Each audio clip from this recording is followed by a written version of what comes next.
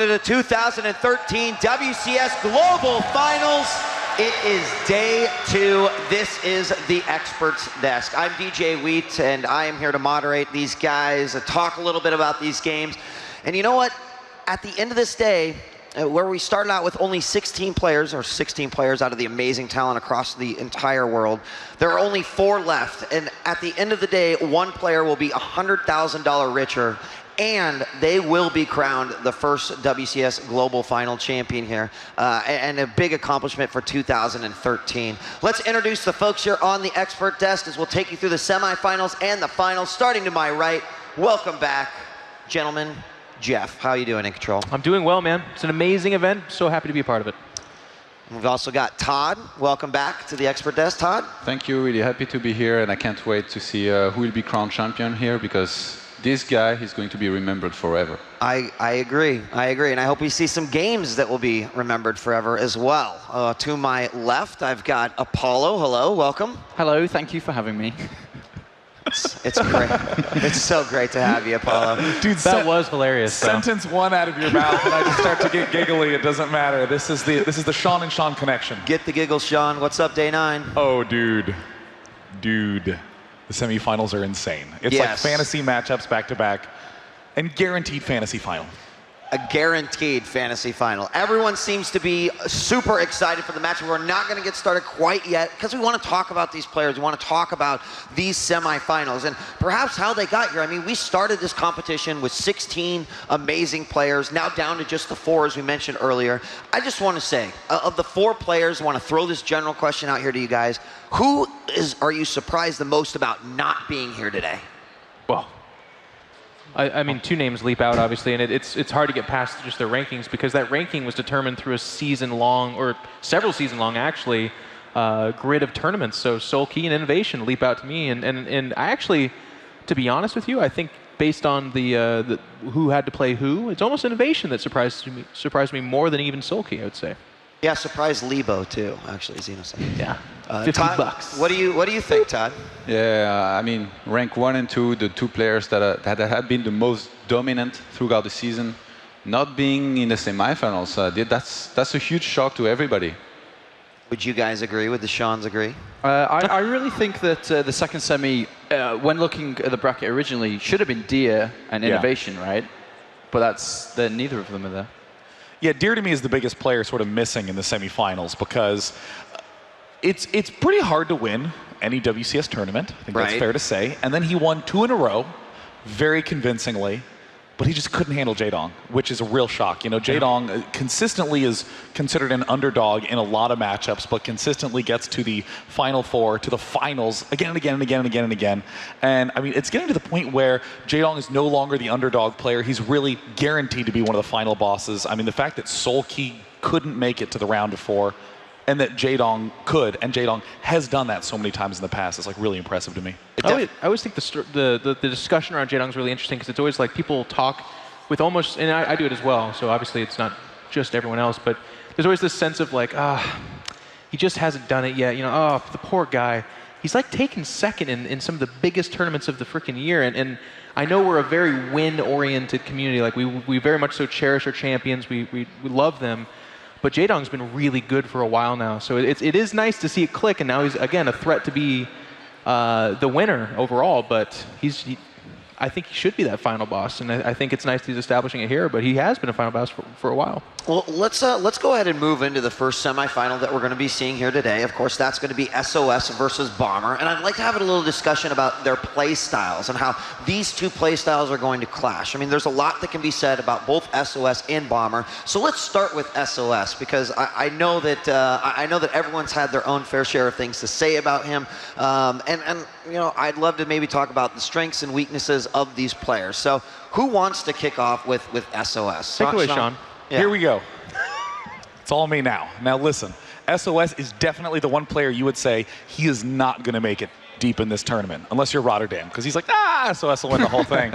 But I mean, SOS is probably one of the most unstable Protosses ever. He loves to do very crazy, wild things, and particularly against Terran players, when that's the matchup where you don't do the crazy, wild, big surprises. You tend to play defensively, you tend to hold back, rely on Colossus and Templar, and warp in counterattacks. SOS has not done anything like that. He's done Proxy Stargate and Expand at the same time. He's done massive 2-2 Zealot Archon timing rushes, and wound up in these weird, dramatic games. His series against Pult was super impressive, though, because no matter how weird of a spot he was in, he kept finding new opportunities and ways to step ahead in the game. I really think that SOS, I would have said, would get 3-0'd by Bomber straight up, given Bomber's history in the matchup. But SOS, I'm starting to think more, might be able to pull a 3-2, or at the very least, take several games off Bomber. What about this side of the table? Any comments off of what Sean said about SOS? Yeah, I think it's pretty accurate. There is a very well-written article about SOS on Team Liquid, and they talk a lot about how he likes to do a lot of different openers from game to game, change every single time, and then kind of come back to the style he likes the most, which will be Zealot and Archons with Templars, which is, I guess, a good way to play Protoss versus Terran right now. And I have to come back to a few months ago. Protoss was having a very hard time versus Terran. I was having a very hard time versus Terran. I turned to Parting and I asked, how do you play versus Terran? How are you doing in this matchup? And he answered me, you should watch SOS's VODs at the time, which in all of these games, SOS was opening with a quick forge, going into charge, getting storm, and then taking a third base, getting Colossus, getting double forge upgrades going, and then from there, he was just looking dominant in the matchup at a time where it was very difficult. So I think it's going to be his go-to style, maybe going to the first match, and I'm looking forward to see how it turns out. And you know, definitely in terms of the way that Terrans have been playing nowadays, it's been fewer Ghosts, fewer Vikings, and just more Barracks, more Marine Marauder, and even cutting back on the medevacs to some extent. And that Zealot Archon style as a result is way stronger again now. Well, also Todd hit on something that's really important too, and this is something that a lot of people, it kind of falls by the wayside, but it's actually so important when you do open up that Templar that at your third base you are going Colossus right away, because so many times we do see people, you can hit a 2-base timing with those Templar, but if you're just falling back super defensive, Terrans land that 4th CC, that 5th CC, they start putting up planetary fortresses, and all of a sudden, yeah, you've got that storm and you've been defending really well, but you don't have the aggression to push out at the 3-base. Let me ask one more question about SOS. I'm going to direct this one at Apollo. You know, Apollo, we've seen the legacy of Protoss players, sort of the dominant Protoss player, whether that be the Boss Toss or whether that be Rain, and of course many have come after, before, and in between. What do you think is stopping SOS from like claiming that title as one of the legacy Protoss? Or do you feel like maybe he's in the top 4 of BlizzCon, he's already made it there? I really think that SOS, when he came into this tournament, he made something so unique of himself at the start of the year. He was that guy that everybody looked to when it came to understanding how to play Protoss and Heart of the Swarm. But once people started to understand how to play the game, he did start to shrink when it came to his results. He wasn't kind of getting the same results. And I thought him coming into this tournament, I didn't even really expect to see him here today in the semifinals at all. But I had the chance to cast him against Port yesterday, and me and Autosis, we both did it, and we said to each other, you know, he is very good. He's not super solid. He has good ideas. He has great execution to these ideas, but not solid enough. He doesn't nail it properly. And having casted him yesterday, he played so well. So solid. He opened up so solid. He had different openings every single time, and especially against Terran players in nowadays, they always open up almost the same time, the same build and the same opening. One Barracks command center first.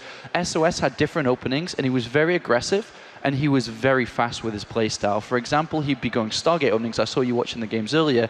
He'd be using the Oracle. He was getting so many SCV kills while doing everything back at home. And that's, I think, one of the biggest differences from SOS compared to another Protoss player, is he always is able to pull off these tricky moves, but maybe he's not doing what it needs back at home, is getting the pylons down, adding on his production, getting down the 3rd Nexus, and so on. But yesterday, he did everything that was necessary. Oh, yeah. He's so dangerous in this series, I feel like. Because he changes up his build, he approaches almost, and it's weird to say this, but I guess on a micro level, like an MVP. MVP does not play the same 5 games in a row, and that's part of what when we look back at his big wins, we're like, oh my God, he calls this build at that time in the series, he does this build, he shakes things up, mech, bio, and TVZ. It's so amazing.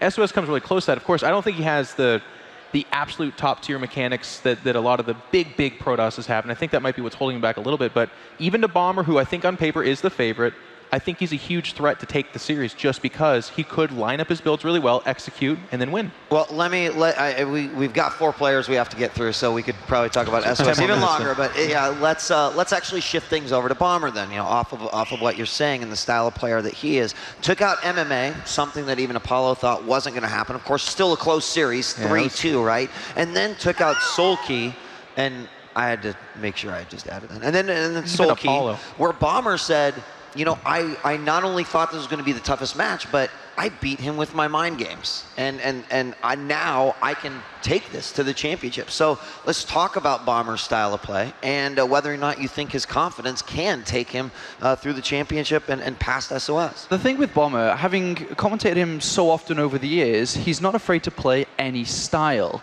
He's a player that would go against the norm so often, and with having that ability, I really think that he can look at SOS and be like, okay, this is the way you've been playing this tournament against Port if you watched the games, or at least would have heard about the games. And I think Bomber is a player who doesn't need to have practiced one style to go into a series to have to play that style. I think he will react really well to the way that SOS has been playing. Oh yeah, and Bomber's just great at build order preparation, far and away. I think he's probably the best at having good, creative, and unique build orders. Because most of the time when we say a player has a good build orders, he's probably just doing something pretty normal and like sneaking in a forge or something like that. But I mean, we saw him go Marine Tank versus Solkey yesterday and dominate.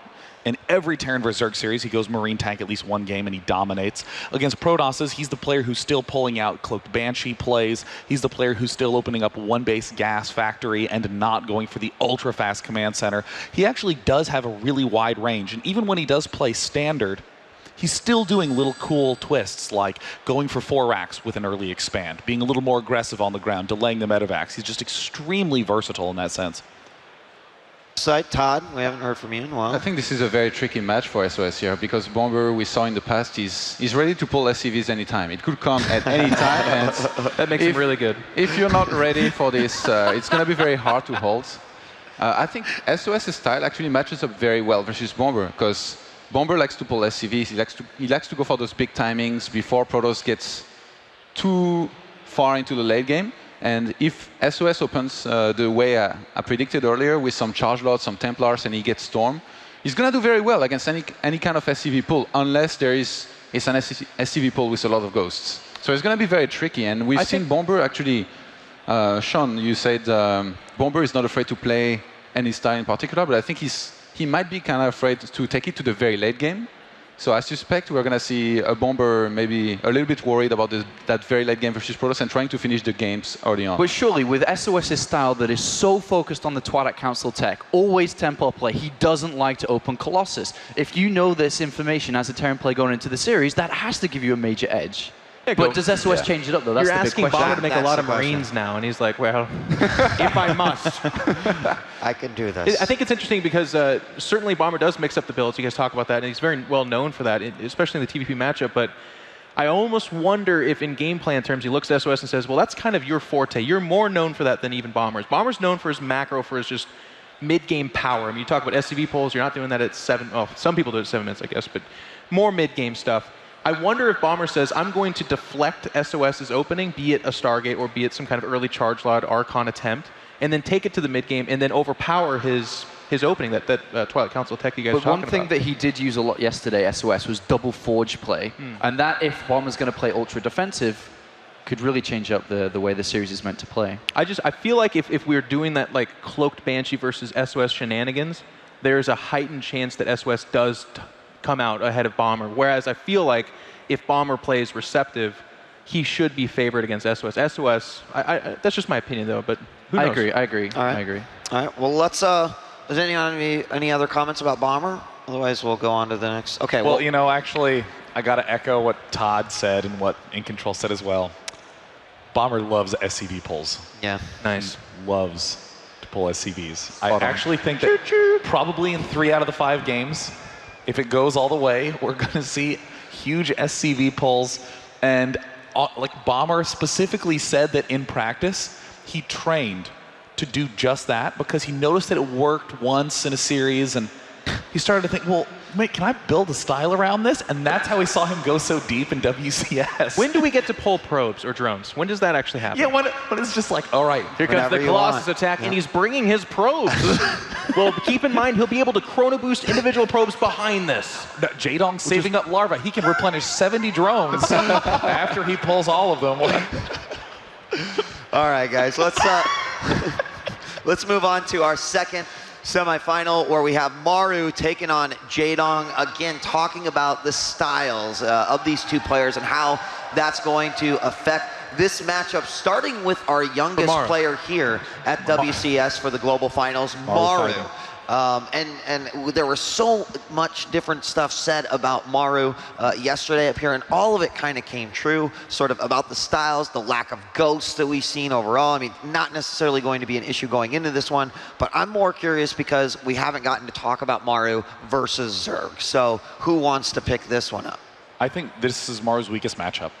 I mean, ignoring statistics, you look at the way he plays in the match. I mean, Terran versus Terran, he's very good with Banshee control, with his attack timings. In Terran versus Protoss, we've seen him be excellent going up with the usual big Marine Marauder aggression. Very hard to split up, but he's good at like escaping with his medevacs in that sense. But against Zerg, I've just seen him kind of do some of the more standard, straightforward play. I really think that his playstyle, his aggressive playstyle, really can't be put into Terran versus Zerg so much. In Terran versus Protoss, in Terran versus Terran, absolutely. But in Terran versus Zerg, you almost need to be going 3 command centers. If you do anything other than that, which is non-aggressive play, and if Jaedong spots it like he was doing versus MVP originally in this tournament, you will not be in good shape for the rest of the game.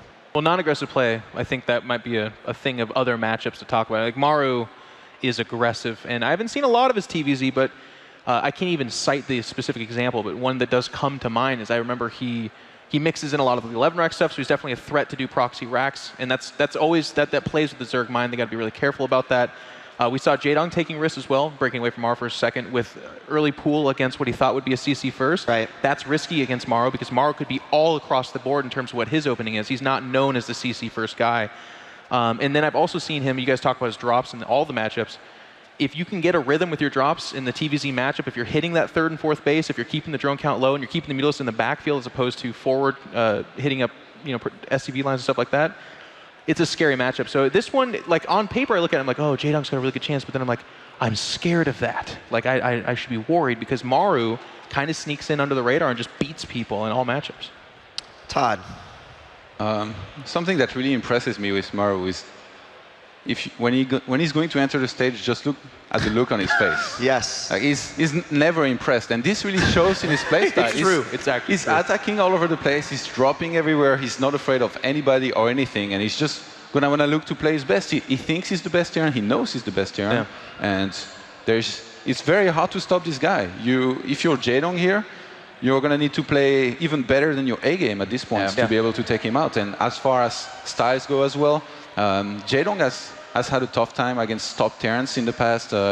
He's lost a few finals, 0-4. Yeah. So going up against Maru here, if Maru is in a very good day, I really think that it's going to be really hard for Jaedong. And Maru is a part of the Bieber Nation, so I mean, he's of that generation. He's a scary guy, man. There's a quick story. They were doing pictures for him in the pregame stuff with the production crew, and whenever whenever a Korean they'll say something like, "Hey, can you take your jacket off?" They're like, "Oh, so sorry. Like, oh, let me take my jacket off." They said, "Hey, Maru, can you take your jacket off for the picture?" And he looked at him. He was like, popped his collar. Like, and then he looks to his translator and said something, and the translator says, "He wants to know if he has to. He doesn't want to take off his jacket." And the production crew was like, "What is this?" I mean, it's a really silly story, but he knows what he wants. He's challenging authority. He's challenging authority. He kept his jacket on. He did take it off, actually. He has a strong chance to take out Jaedong in this series. looking to challenge the Tyrant now. Yesterday, Todd, we talked a little bit about Maru in the TVP matchups. Talked about lack of ghosts. We even talked about in a lot of cases won't necessarily make Widowmine. We'll sometimes just focus on bio.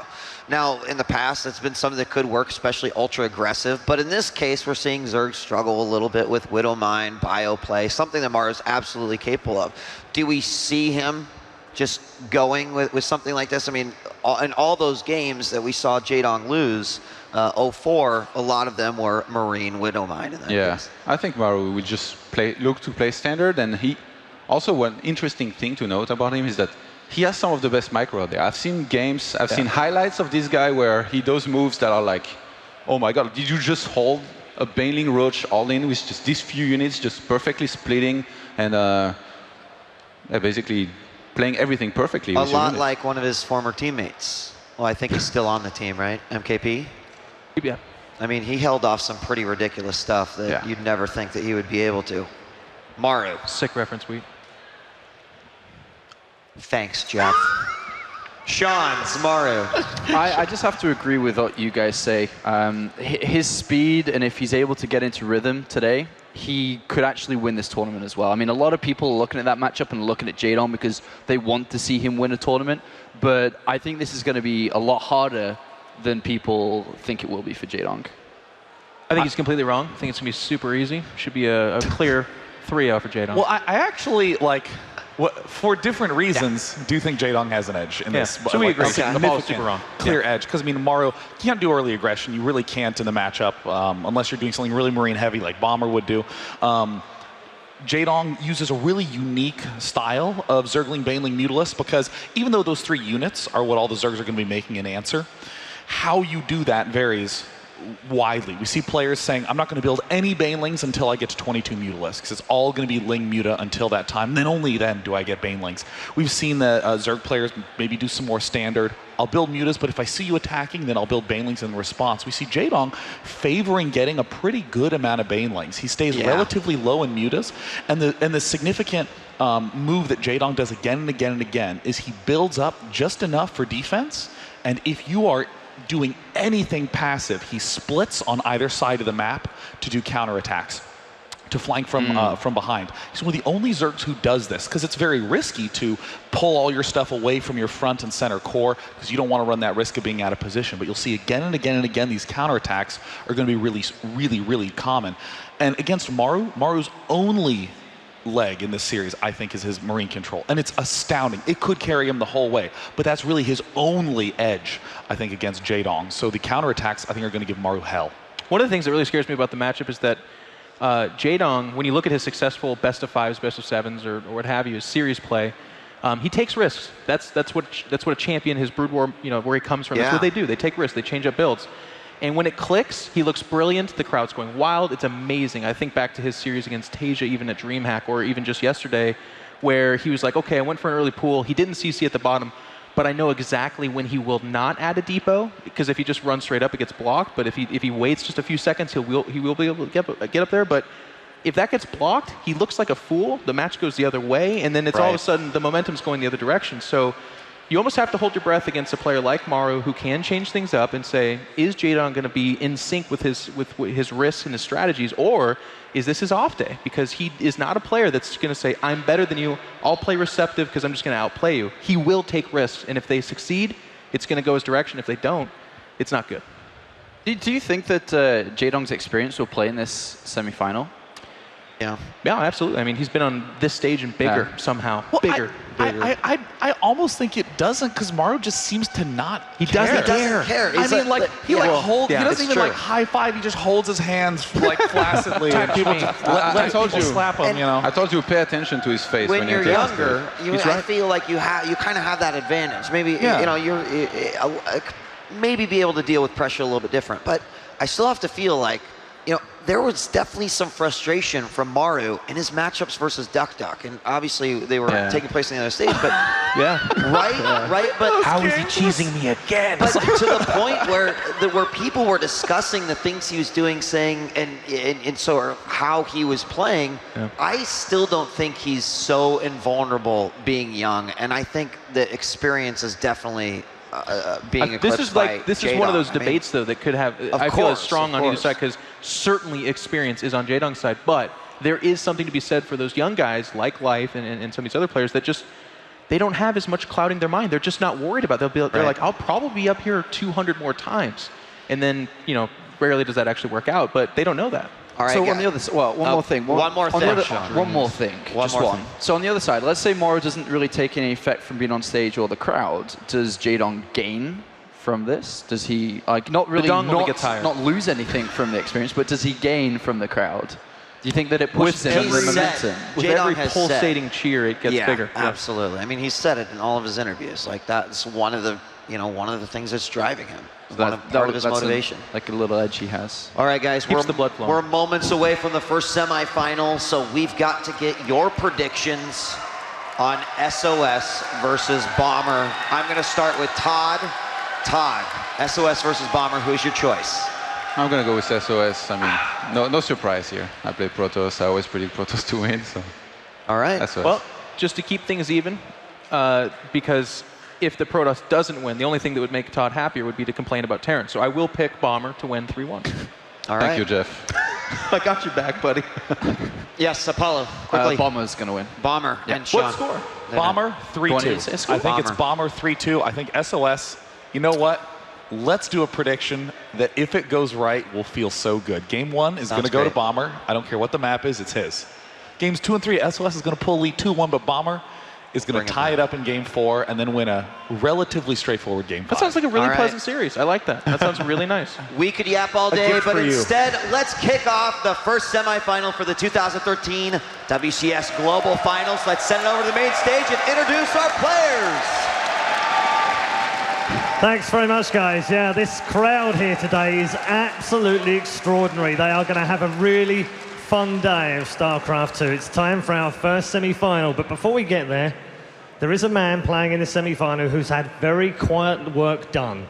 He's made his way through the semi-final by eliminating not one, but 2 WCS America champions. This is the road to the semi-finals of Wunjin Stars, SOS.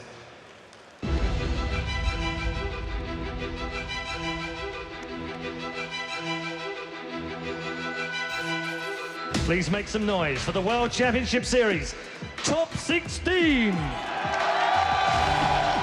Their first match, of course, is going to be Hero versus SOS.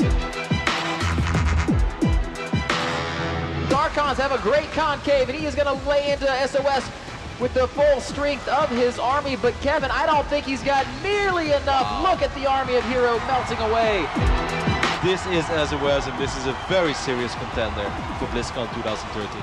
SOS, moments away from taking a 2-0 lead in this series. Hero trying to micro with his Prism, but it doesn't matter. GG gets called. SOS has got to choose where he's going to defend. Supply-wise, Hero is way ahead, 130 supply to 106. This Nexus will go down. A great pickoff for Hero. It's been said that way before, Kev. Every probe dies in the third base. The Nexus completely exposed. Hero marches into the natural. Hero taps out. Good game. Another TVP. Here we have Pult versus SOS, Autosis. That's right. This is going to be a really nice match. SOS, very creative Protoss. And the 3 Colossus untouched, and without an answer towards them. I don't think Pult has an answer towards the overall army that SOS has. He certainly does not. No Ghosts, no Vikings, GG, and SOS takes the first game. Oh, this is maybe very a rough. flank if you could get to the back of the Colossus, maybe. He definitely is going for the flank. Oh, the first piece does engage. The second piece comes down and actually snipes a lot of High Templars, but this army so strong from SOS. Yeah, so strong with a lot of units left over, and Pult plummets in supply. Down to 75, GG is called, and SOS will make it into the semi-finals of the global finals here at BlizzCon.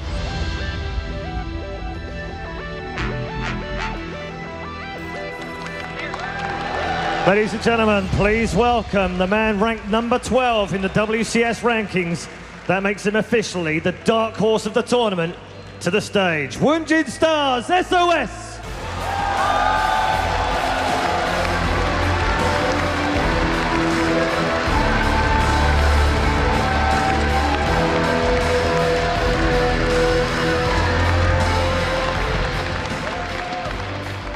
And like SOS, our next opponent has also taken out great names in the game. The road to the semi-finals looks like this for Startail Bomber.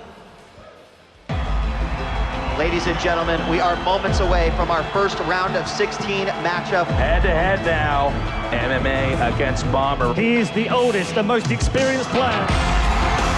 Okay, so two Banshees now gunning down workers very quickly. It looks like that Banshee in the upper left is going to get back. Meanwhile, a push down here. Quick GG there. Bomber lost his Raven in that attack. Yeah. He lost all his SCVs. He had no detection. All right, well, Bomber now needs to not let nerves get to him coming into this second series. Pulling at the command center now.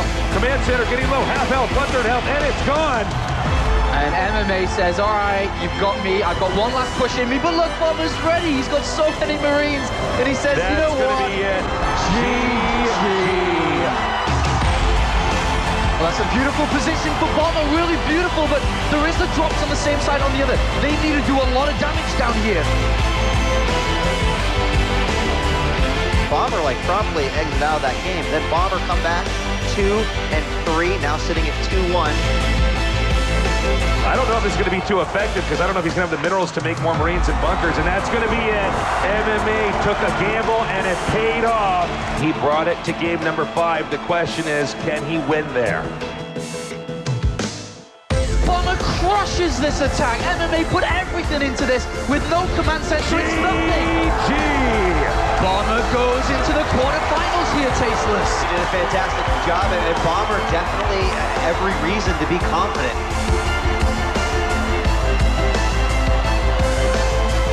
All right, Kev, here we go. After denying that hatchery, what a great push from the Startail Terran. That control by Bomber was so sick. He outborrowed his mind like 3, 4, 5 times. So Bomber with some sick execution there in the counter aggression. Oh my God, GG Bomber! He was dead. His economy had been ravaged. Soki was everywhere, and just like that, Bomber marches across the map with more than 80 Marines. Here comes Soki. Oh, sick focus fire on those Banelings immediately out of those bunkers. There's still a lot of roaches and Banelings though. Oh man, everything hinges on this. Banelings waddle forward and do kill. I would give the edge to Bomber. I would hope so. It would be really dumb to work again, I feel. Banelings are not responding to it. A drop in the back of the natural. Bombers everywhere. Good game. Startail Bomber has just defeated Soki with a score of 3-1. Once again, give a big round of applause to Bomber, the confident Terran here at BlizzCon 2013. Ladies and gentlemen, ranked number 8 in the world and the WCS Season 2 champion, Startail Bomber!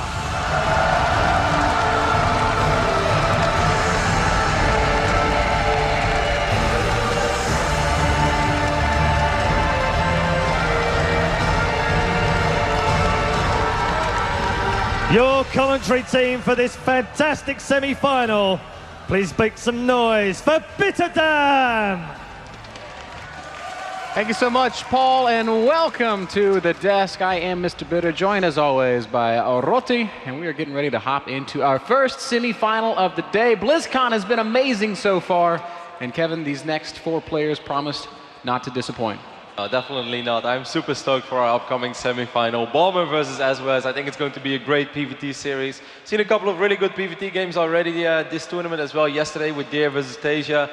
Deer doing a couple of crazy builds, and I wonder if we might see something remotely similar from sOs. But I must say, Ben, above all, I agreed so much with what the guys said at the analyst desk. That's of course why they are the analysts, but I think they broke it down so well. They really described sOs's playstyle, you know, perfectly. There's no better way to describe it than he is indeed a player that loves to open up with storms, which can definitely be very good against Bomber, who's a player that likes to pull SCVs. I was a little surprised at how many people selected Bomber to win this series with that in mind, because it does seem on paper that sOs's style does do well against the style that we know Bomber for. Here are the vetoes. Bomber immediately X's out Whirlwind. sOs is going to remove Polar Knight. No surprise there in either of those 2 vetoes. Polar Knight is a pretty tough map for Protoss. Certainly when it gets up to 3 bases, also a map where just defending 2 bases can be pretty hard as well. Figuring out what's going to be our first map, which is going to be Yangzhou. That's an interesting map. Yeah, Yangzhou is not, I would say it's not a map that we often see as a first pick. A lot of these players have it as one of their least played maps in the entire tournament, but it is going to be coming out first here. Akalon Waste, one of the most common maps in the map pool, will be the second pick. No surprise there. We've seen some of the most standard and frankly some of the most epic games of the entire WCS on that map. I do think it's so cool that sOs has made it so far already. Like, I think if you would have had this tournament with this lineup 4, 5, 6 months ago, I think a lot of people would have predicted sOs to go very far. Because back then, you know, he was the cornerstone of Wounding Stars together with Sorky, but both of them were performing so extremely well in Pro League. And you know, whether you were living in Europe or Korea or USA. You had to stay up very late to watch these guys play. But if you made a lot of long nights and you watched SOS play, then you would have seen that he was an absolutely fantastic Protoss player, and obviously still is. But he indeed perhaps lost his cutting edge a little bit. Had to kind of, you know, fine-tune his style, as he does have a very unique style. It's just SOS plays like SOS, and other people look at SOS, and that's pretty much what it is. He doesn't look at other players and tries to do what they do. He has his own thing, but I do think that he fine-tuned his style a lot more. And he's been looking pretty good so far this tournament, and that's exactly what I expected from him. Yeah, it was a bold prediction when you said you thought he would make it all the way to the finals and win BlizzCon. Now here he is in the semifinals up against our Season 2 WCS champion, Startail Bomber. Both of these players have looked dominant in the games they've played so far. And with Bomber, I think why, to fall back to what you earlier mentioned as well, but I think why a lot of people still think Bomber is going to win this series, despite that SOS's playstyle might be good on paper against what Bomber likes to do, it is mostly because Bomber is just one of those players where if he's on a roll, he's just almost unstoppable. He just rolls across the map and he wins. He pulls SCVs. No matter how he does it, if he has a small window of opportunity, he just wins. And that's kind of like the feeling that we had in Season 2 when Bomber was just absolutely, you know, no one was going to be able to stop him. And even in the finals, he won 4-0 back then. If this guy is on the tier, Ben, it's hard to stop him. I think it's almost funny that it's mentioned here that he often struggles from inconsistency. He's looked anything but inconsistent so far at BlizzCon. The games that Bomber has won have been so one-sided. Yeah, but it's, yeah, of course I agree with you, but it's still just a weekend. Like, after all, he won WCS Season 2 Global Finals, then it was like, oh my god, Bomber, how long is he going to stay on top? Well, the next season I think he lost in the round of 32 already. And of course WCS Korea is so extremely hard, and it's very tough to be consistent. Yeah, I mean, Bomber has his ups and downs, but his ups are very, very high. His ups are possibly best in the world highs. Of course, SOS is no stranger to that level of play. He's going to be a difficult opponent here. We're just going to take a quick look at his win rates. His versus Terran matchup is not his best, but still with a near 60% win rate, it's very respectable. Yep, that's above all because he was one of the first players to really rely on Zealots and Archons for such a long time, and especially like against Zerg, he just almost never makes Colossus, but even against Terran, it's most of the time Zealots, Archons. He had a couple of crazy timing pushes with +2 armor, Guardian Shield. It was so hard for Marines to pick up the Zealots. Was doing really well with it, but then people started figuring it out, making a couple of cool sim cities and be like, hey, if you are going to try to win on 2 bases, I'm just going to make sure I won't die on 2 bases. So I guess he's been struggling a little lately, but I think he's an absolutely amazing player. I had so much fun watching SOS play a lot of games in Pro League. He was nothing but amazing, and I also know that a lot of the top 4 in Protoss players always get their inspiration off SOS, perhaps even more of SOS than a player like Parting, for instance. The single detail about SOS that has struck me most this weekend is the incredible calm and poise that he seems to bring into the booth. This man just, he shows no emotion in his gameplay. He's stoic, I guess, is the only way I know to describe him. And the sickest thing as well, while we're taking a look at Jiangsu, that's our first map, of course, the 2-player map, is when SOS was playing against Hero earlier this tournament. He was up 2-0, and then the third map, things were not really going his way. He was down at like 15 to 20 supply, and he just lost the base, and he just left. Yeah. And he didn't care at all. It was really like he was just saying like, I'll win the next one. Playing from behind is an inconvenience. Let's go ahead and hop into game number 4 so I can just end this series. And that's really how it felt, and that's exactly what he did. He looked very solid, and we were not able to watch all the games against Polpom. What I did see is just, I love this guy, man. I think he's an amazing Protoss player, one of my favorites for sure.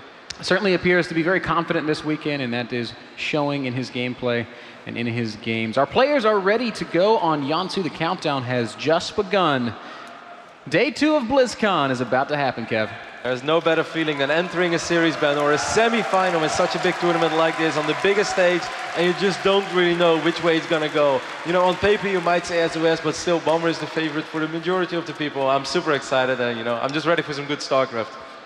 As we're hopping into game, I want to remind, or I guess announce to everyone watching online that if you would like to watch the first-person point-of-view streams from either of these players, you can go check it out on the Esports Plus stream. You can see the first-person view for Bomber and SOS. That's so sick, actually. If I wouldn't have 2 monitors at home, man, I'd get one immediately, because there's no better way to learn StarCraft than watching these players play first-person. Absolutely, Kev. Spawning in the top right-hand corner of Jiangsu, the red Terran player, Startail's Bomber.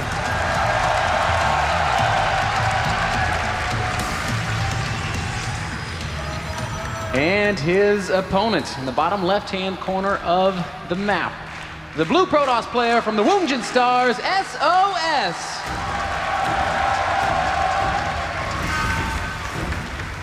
What I also really like is what our analysts were talking about, that Bomberman is a player that's not afraid to switch it up. Yes, he has those ruthless timings attacks where he just goes and wins the game, pulls SOVs, but he's also not afraid to do a couple of things a little different, make an extra Rex here and there, just run a bunch of Stim Marines across the map. This guy is almost capable of anything, so SOS is going to have to scout very, very thorough throughout the entire series. Because if Bomber sees a window of opportunity to attack, he is going to attack, he's going to go all out, and he's just going to go in with the mindset, I either win right now or I die. Either win right now or we move on to the next map or I'll try it again. Also known as YOLO.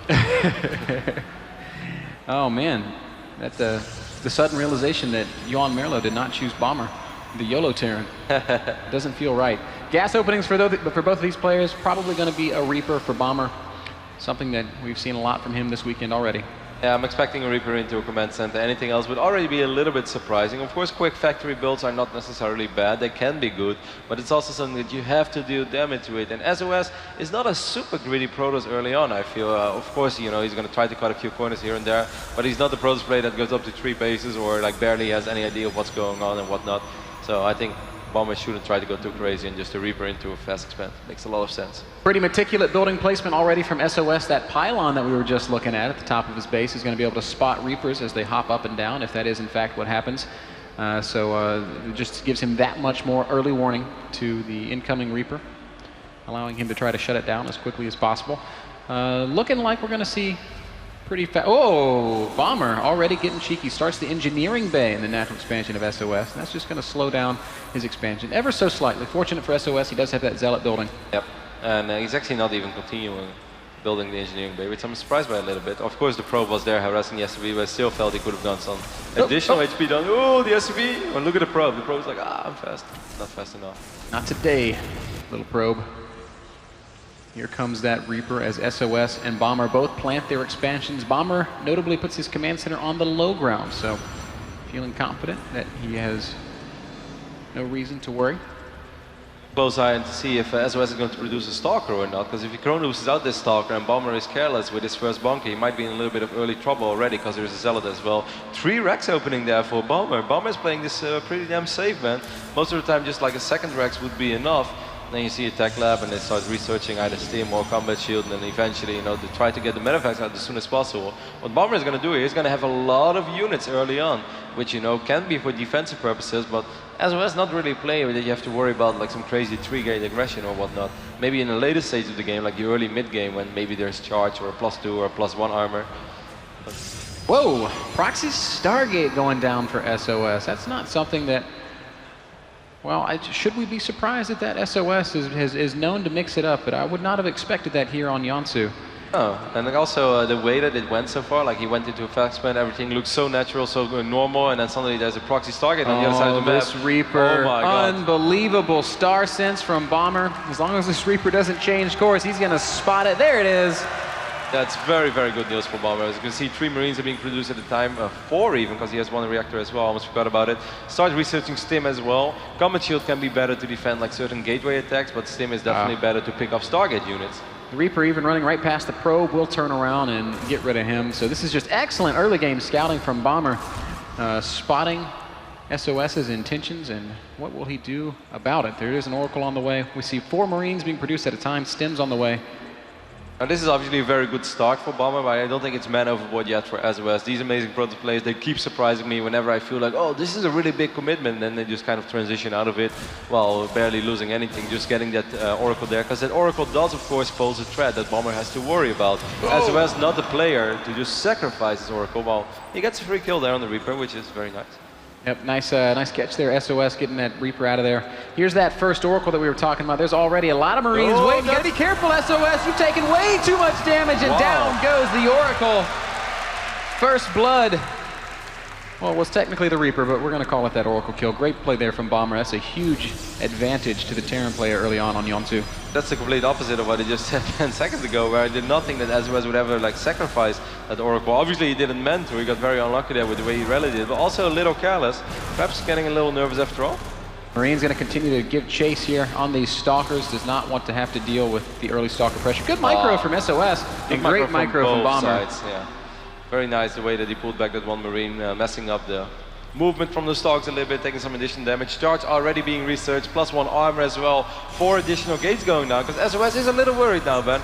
He's also dropping the Templar Archives, but you know, proxying a Stargate, opening up an Oracle and not dealing damage is kind of bad, but as long as you have that Oracle around, you can maybe drop a Revelation, you can at least still be like, hey, you're gonna have to keep a few units at home, but doing absolutely nothing with it, that basically gives Bomber a free pass, like, hey, I might be able to do something as soon as Stim and maybe Comet Shield. I mean, how confident does that have to make Bomber feel? It might even bait him to pull those SCVs. Crazy. Oh my god, double Templar Archives? No way. That's a massive mistake. It's such an expensive building already. SOS is a little shaky, Ben. Yeah, perhaps some of the nerves showing through. Here comes that first push from Bomber. There's not a single medevac out on the map, but man, there's a lot of Marines and Marauders. 26 Marines out against only 2 Stalkers, 4 Zealots, and a couple of Sentries. Oh, this is going to be very dicey for SOS. Yeah, he's going to have to drop some couple of good force fields and definitely needs photon overcharge as well. He still did not cancel the Templar Archives. That's why he has so few units. This is a big investment. This is a really big mistake. Perhaps in the long run, you know, he can lose one of them to a drop and he will still have the other one. But he's going to have to be careful. He's going to need a photon overcharge, that's for sure. We can see it going down immediately. Oh, and Bomber's going to stim right in, and he's not backing off. He wants to do some damage, and he's going to focus on the Nexus. Nexus down below half health. All the shields are gone. Bomber's going to continue to focus, and the Nexus will fall. A couple of these Marines are still alive as well. Archon trying to get in range. That's a great warping by SOS, trapping those Marines. Losing the Nexus hurts a lot, but it wasn't for free though. That bomb has sacrificed a lot of units over there. Yes, sir, and SOS does walk away from that with an army supply lead, 27 army supply to 14. So Bomber has got to be a little bit careful. We do see him throwing down 3 bunkers immediately, realizing that he has overextended just ever so slightly, and now he's going to have to prepare for the counterattack. It does not, however, look like SOS is going to commit to that counterattack. Look at how badly his income has been damaged as a result of that. Bomber doubling the income. And above all, the third orbital is about to finish up as well. It's already, the command center already finished up and he's morphing it into an orbital now. So Bomber's economy is just going to be absolutely ridiculous, and SOS is definitely going to fight an uphill battle for a little while. Maybe this Oracle can even things up slightly, because I'm not sure if Bomber has any missile turrets in the middle line. I don't think he has. Well, that's completely exposed, so maybe this Oracle can get some work done. 5, 6, 7 SCV kills would be nice, but still. I still think it was worth it for Bomber though. Yes, he lost a lot of Marines over there, but a Nexus is a Nexus. And in this phase of the game, that's very important. 4 SCVs now killed thus far. SOS may get a couple that's more. very nice micro so far by SOS, man. Picking up 6, 7 SCVs, and the Oracle is still alive. Oh, and it will get away with just 6 hit points, 6 total kills on that Oracle, so some economic damage dealt there to Bomber, but obviously he is still in a fine position with 3 orbitals, 54 SCVs, and plenty of room to spare. Third base going down now for SOS. That's definitely a little ballsy. He does have 1-1 upgrades. I think Bomber is just on 1-0. We can see 2-1 is on the way for him. SOS also researching +2 armor immediately.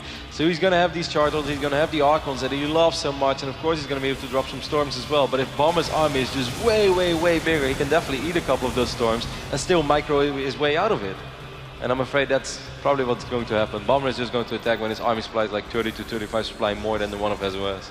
Well, that moment is basically coming up. It's 50 army supply to 65 army supply, and Bomber is moving out on the map. The one thing everyone's waiting to see is whether or not those SCVs are going to get pulled. It doesn't look like now's the time. A little bit of Zealot harass up at that third base. Of course, Bomber has no armies trouble might clash in the middle of the map. There is an Archon, a couple of Zealots over here, High Templar, trying to get a Storm's storm done, and Bomber's got to be very careful of that. 133 Terran supply to 120. 4 medevacs heading into the main base. SOS does not have a single observer out on the map. That pilot might spot it though.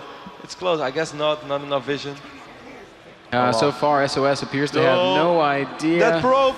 What a hero probe! Tries to be the hero, but his army's so far out of position. Kev's got to come all the way up through the natural. There is a single High Templar here, but the medevacs are going to unload right on top of him. Storm goes down on 3 Marines.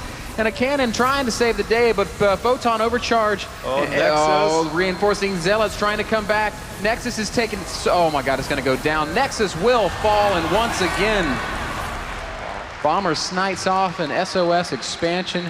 and he gets all 4 medevacs out. That's the most important thing. He barely lost anything there. Small Marine hit squad in the natural did a little bit of damage. The third base is taking some fire as ball. Bomber just has way more units because he was able to kill the Nexus early on. He's keeping those medevacs on the left side of the map as well. As soon as SOS is going to send his forces to the right side to defend, Bomber is going to... Oh, here comes Bomber into the third base. Eats a big storm. He's not going to be able to stem with that army.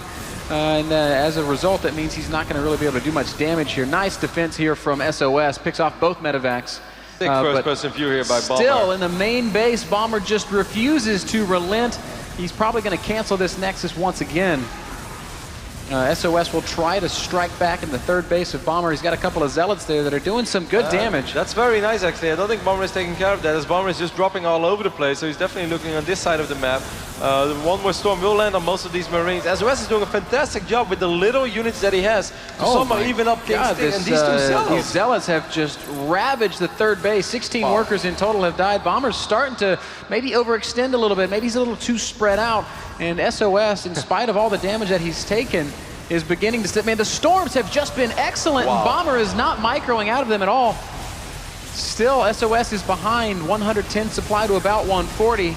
Couple of Zealots being wiped in. Photon Overcharge going down immediately once more will secure the main base for SOS for now. He's still down a little bit in economy, obviously, but these two Zealots, man, they definitely did some work on the top side of the map. Oh, they really did, Kev. It's 48 probes to 49 SCVs on the income tab. Bomber's production is just so much better than one of SOS, though. SOS has never really had a moment of peace where he was able to macro up, get everything in order, get his upgrades going, get his army in the correct position, get a couple of observers here and there. He is just chasing behind Bomber. Bomber is completely dictating the pace of this game, and his army is way out of control right now because he's just been whining way. Oh, that's unlucky as well. Missed third sniping the Oracle. Pretty big deal. More storms going down for SOS as Bomber's coming forward with an attempt at a game-ending push. Great storms, but SOS taps out. Good game. Star-Tail Bomber takes game number 1, and man, as scrappy as SOS looked, Bomber just looked better there. It all kind of started with that first Nexus snipe, though, and I think it's safe to say that it's hard to beat Bomber when you're behind. I think it even goes back before that, Ben. First of all, the first Oracle flying it into Marines like that, I don't know how SOS cannot pay attention to his Oracle, because that's the most important thing that will go on in that phase of the game.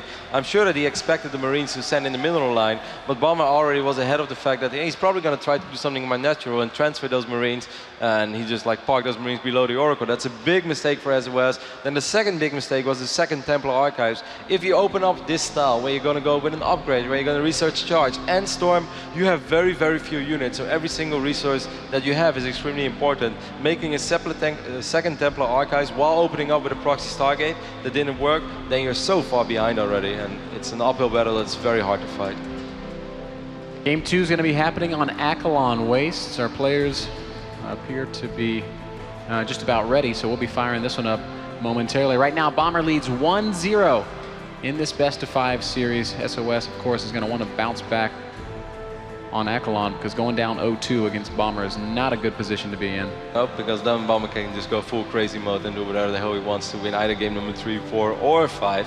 Even though I don't think there's a man overboard yet, I don't think SOS has to feel about this game like, wow, I played my absolute best and I just got crushed. I think it's safe to say that it was the absolute opposite. Obviously, he might feel some frustration here and there, like, wow, I can play so much better than this. But that's also something that's easier to accept than, wow, I just got really outplayed. Because I think SOS defeated himself much more than that Bomber defeated SOS. Game 2 is live on Akalon Wastes, Kev. Our two players looking both very focused. SOS still not showing much emotion. Bomber looking very intense. Bomber always looks intense. The Bomber looks so cool.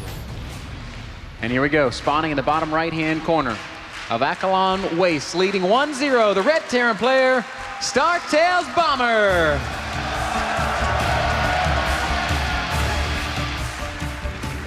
And his opponent in the top left-hand corner of the map, the Blue Protoss player, currently trailing 0-1, SOS.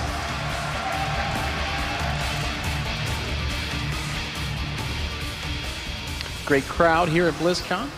It's been a fantastic event. Crowd loves to cheer when people say crowd, so thanks for that, guys. You find the new magic word, Ben? Maybe I have. Oh man, Bomber leading 1-0, Kev. What is he going to do here on Akalon Waste? I think he's probably going to keep it pretty standard. Rack's going down already. He went with the Reaper opening last time. I don't know why he would feel the need to change it up. Yeah, I think just more of the same. It's a solid opening. I am curious to see if it's going to be 2 or 3 Rexes once more. And if it's just a 3-Rex opening and it's not the way that, or like the game won't play out the same way as it did last time, what he's going to do with it, if he's going to try to hit some sort of an unorthodox timing with just a bunch of Marines and Stim, which can work against these kind of, SOS's build is not necessarily greedy, but he does have very, very few units because, he's investing into a later stage of the game where he wants to have charge and he slightly be ahead in upgrades and a couple of Archons here and there, which are all expensive units and hard to get off just 1 or 2 bases. Now, I think it's safe to say that SOS looked a little bit rocky in the beginning of Game 1. Near the end of Game 1, it looked like he'd buttoned it up, was starting to play as fast as we know he can and respond as quickly as we know he can and just deal with what Bomber was throwing at him. Unfortunately, he was a bit too far behind and had to tap out there. Yeah, I was actually impressed with how he was hanging in there in a certain phase of the game, man, because I was just like, okay, this is the moment where, there's one side of the map where he just barely doesn't have enough units and he's going to lose so many probes, but he was actually doing a pretty damn good job, and in a certain moment they were only, it was only a 15 supply difference or something between Bomber and SOS's supply, and I was like, wow, SOS, how are you doing this? You're just killing units left and right without losing too many probes. But yeah, I mean, Bomber was on an almost untouched 3-base economy other than that 1 Zealot, or those 2 Zealots slicing up a few SCVs. So Bomber just had a massive production, and reinforcements keep making their way across the map, and it was just an unfair fight for SOS. But I must say I was pretty damn impressed with the way that he was handling the first initial drops, because he had so few units to work with. He definitely put him in the right place. Pretty fast Nexus coming out of SOS, dropping it before a single Stalker or Zealot or even Mothership Core, which means that this Reaper is going to be able to get a pretty strong uncontested scout if he wants to. He's going to just back off after seeing the Nexus, though.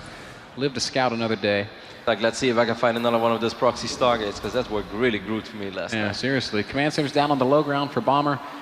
Just the one more barracks going up this time? Yeah, that's a little more standard, and that's like the the most convenient way and safe way, or not necessarily the most safe way, but just the most standard way to play TVP. So I think we're going to see a very straight up Bomber here. He's just going to try to get Medevacts out ASAP and then try to find an opening in SOS's defenses, which is possible with the style that SOS plays, because he is kind of neglecting the Robo for quite a while. I find it extremely difficult to defend against drops without a Robo. And once more, Ben, we see a Stargate going down. Surprising openings over here by SOS, because I kind of just thought he would just go straight into Twilight. Doing the Stargate once or twice, that's not a super well. But 2 times on the road, that's a little bit surprising. I think, I'm not sure what to make of that. I'm guessing we'll see another Oracle. Maybe one Oracle and then later maybe 2 or 3 Phoenixes just to chase down a couple of drops here and there. Bomber is playing with fire, by the way. The fact that he didn't have a bunker over here yet. He's so lucky that the Mothership Core is not here, or a second Stalker, which he was actually not aware of at all. And SOS is like, man, I know I should have Chrono Boosted out my second Stalker and just run across the map and try to win. That would be very good for me. Marines are going to chase this Stalker, but with good micro, SOS should be able to kite for days. Bunker will start immediately, and well, SOS is just going to back off. There's that Oracle we were talking about. Yeah, because he doesn't have the Mothership Core with him, he doesn't have high ground vision, so he can't stick around. If he would have the Mothership Core there and he would have another Stalker, he could indeed just kite those 4 or 5 Marines to death pretty easily. Of course, Bomber would eventually stabilize, but it would definitely be a big nuisance to deal with. Bomber already splitting units up, knows that he needs to be safe against the possibility of this Oracle, even if he hasn't necessarily scouted it. Reaper will be sacrificed into the natural, and he's just not going to see much, Kev. A couple of Stalkers, a couple of probes. Bomber's still pretty much in the dark. Might see his scan go down soon, but so far Bomber has a pretty damn good idea, I think, what he's playing against, because he's keeping so many units in the main base. I never really had SOS in my mind as a player that, like, you have to think of Stargate all the time. He's definitely capable of opening with a Stargate and then transitioning into the style that we know him for and we know that he loves, which is, of course, the charge lots, the Archons, and good upgrades. Missile turret already going down in the front as well, just in case he has to do, a little bit against Stargates in the front, or maybe a Dark Templar rush. Yeah, he's just he's covering all of his bases. He doesn't want to spin that scan, I guess. Oracle will go ahead and float into the main. That was so odd, but there are plenty of Marines over here, so. Oh, this is one very unlucky Marine. He's going to get picked off immediately. But for now, Oracle unable to do any damage to the economy of Bomber. It's going to have to float away. It'll continue to search for new openings, but And that's still not that good. I definitely think that SOS hope to do a little bit more. But above all, keeping this Oracle alive is so important because it poses a threat to Bomber that he has to worry about all the time. He has to throw down additional turrets. And above all, you know, later on you can really use it in so many useful ways as well. Revelation is an excellent way of dealing with some drops and staying alive in the most difficult phase of the game where you just don't really know where the drops are coming from because you don't have many observers out on the map. This time he does find an SCV, but that's probably all he's going to get, as Bomber does still have Marines in good places. Extra barracks going down for Bomber. His first medevacs should be on the way shortly here, Kev. As we just take a quick glance at the economies of these two players, and we can see that it's 47 probes to 39 SCVs. SOS has definitely been chrono boosting out probes quite a bit, because this is quite a healthy and reasonable lead. Templar Archives is about to finish off. He's going to research Storm almost immediately, most likely. He's going to hallucinate the Phoenix over here as well. You can see, well, he wants to be extremely careful with the Oracle. So it's much better to just send in hallucinated units than dance around with your real Oracle all the time. And if he flies it into something it shouldn't be, that could be a really big loss. What has been this Oracle just hasn't gotten anything done. It's killed a couple of Marines and a single SCV. The fact that it's there is still not bad. Like so far, as I said multiple times already, like it forces Bomber to worry about it. Bomber is going to have to worry about it all the time. And above all, as soon as Bomber wants to start moving out, Revelation can go down on the medevac. Actually, a couple of Marines stimmed to the middle of the map and picked off the Oracle once more. Now this is a massive pickoff for Bomber. And now SOS is making it very hard on himself once again. He's now lost all of his vision. He can continue to hallucinate Phoenixes and check with those, but for all intents and purposes. Sick play by Bomber though, just having a couple of Marines on the rep, and as soon as Stim finished up, he just stimmed forward and was able to pick up that Oracle. Now 48 army supplies moving out against 36. This is a difficult phase in the game for SOS to survive. He is playing without a robotics facility. He has no vision on any of the airspace.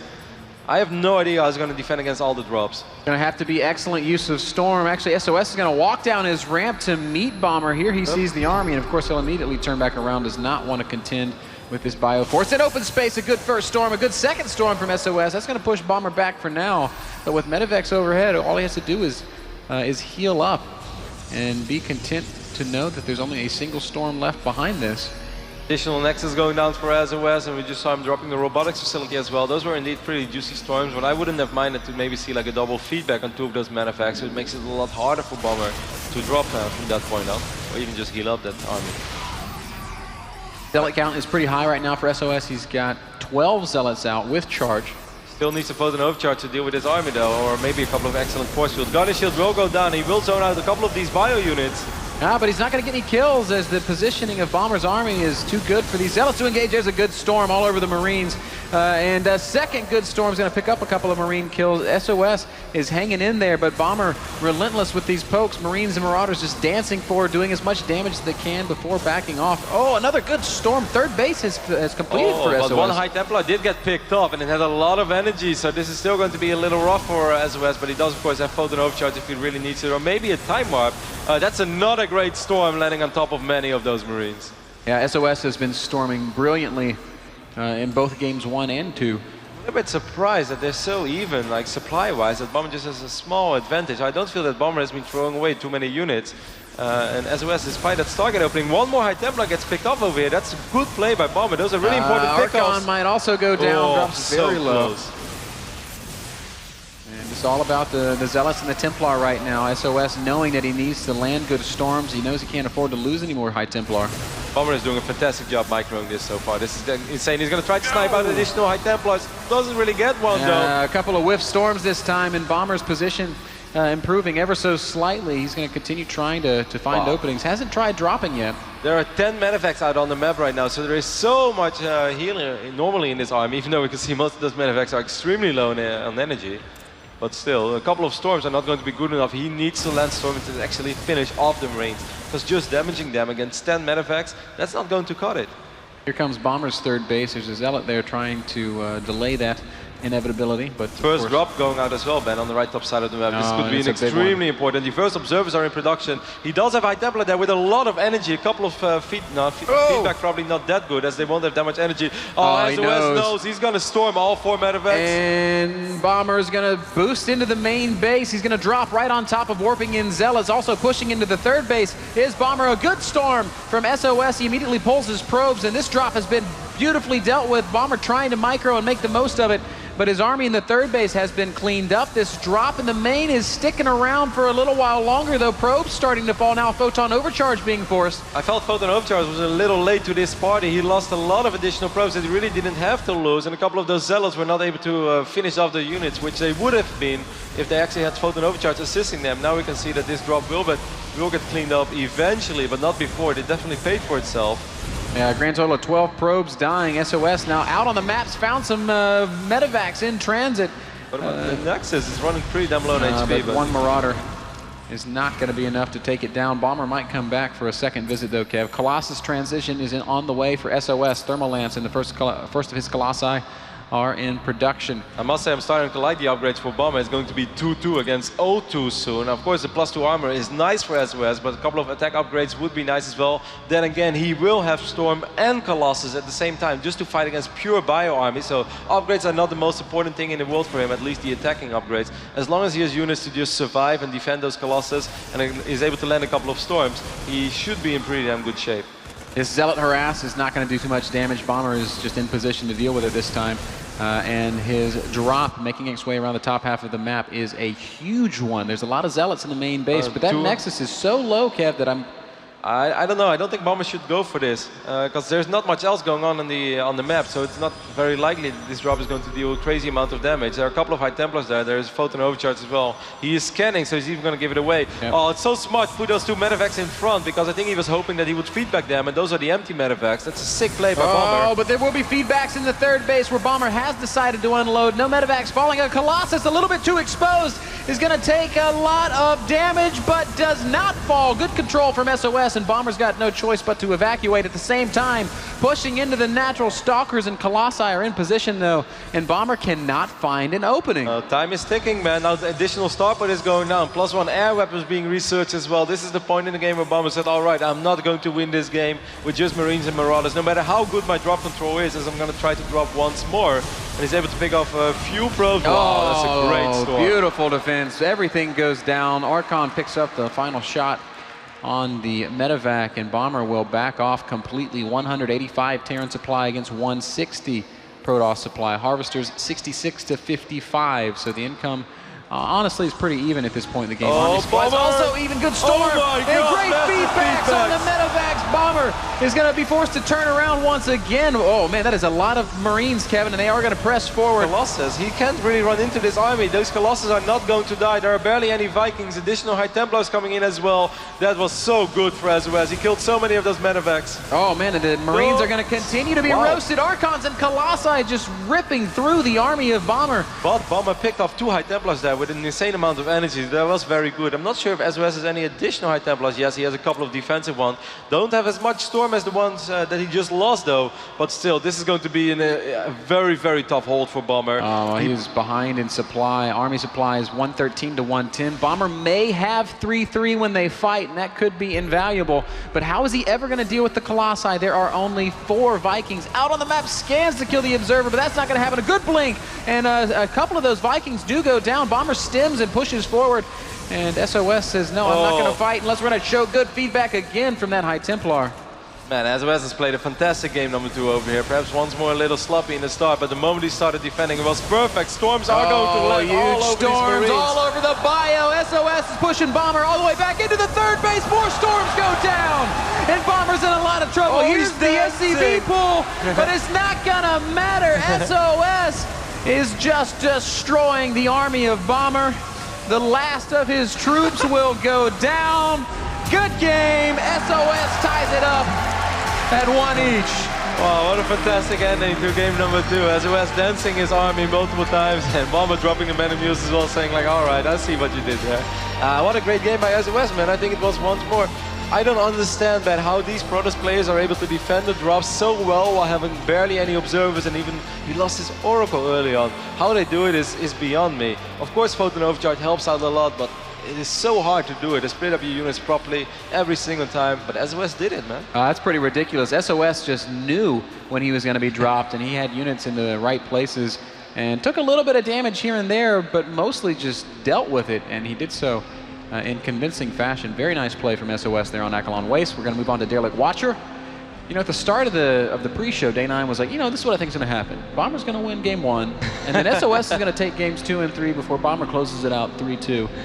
Maps 4 and 5. So far, Day 9's been spot on in his prediction. Yeah, it was a very wise prediction. He's like, I don't even know what game number 1 is going to be or which map, but this is how it's going to go. It was a pretty picture to paint, and so far so good. I think Derelict Watcher will be a much harder map though for SOS. Bomber, with the openness, is going to be able to engage much more freely. And certainly because Bomber is a player as well that likes to stick on Marines and Marauders for quite a while, and SOS is working with so few units, and there's a lot of surface area in the main base where you can still drop, even when Photon Overcharge is active, you can just dance outside of the range of Photon Overcharge because the main base is so big. So SOS is going to have to do things a little different. One more thing I really love from SOS though, Ben, is that he wasn't really too worried about those attack upgrades. Of course, attacker upgrades are awesome, but he's just like, hey, if you refuse to make either Gulls or Vikings, I'm just going to stick on Colossus and High Templars, and as long as I have armor upgrades and my army survives, I am going to completely crush your army. That was great game sense by SOS. Yep, very nice reactive play from SOS as we move on to game number 3. Derelict Watcher is the map, and spawning in the bottom left-hand corner, the WCS Season 2 champion, the Red Terran player, StarTales Bomber.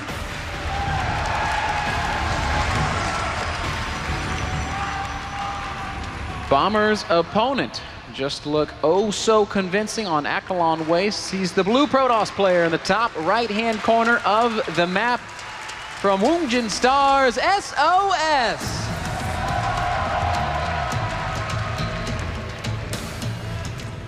A lot of people here watching the WCS Global Finals, semifinal number 1. Of course, coming up after this, Jaedong versus Maru. A lot of people in the house very excited for Jaedong. Couldn't blame them, man. I get a little excited for Jaedong. I cannot begin to explain what my body does when Jaedong plays StarCraft 2.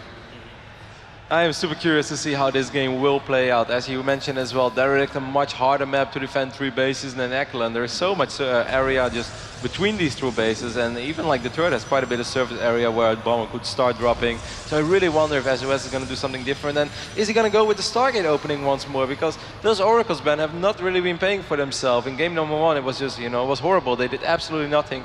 Game number 2, he was able to keep it around a little longer, but he still lost it in the face of the game where he would not want to lose that Oracle.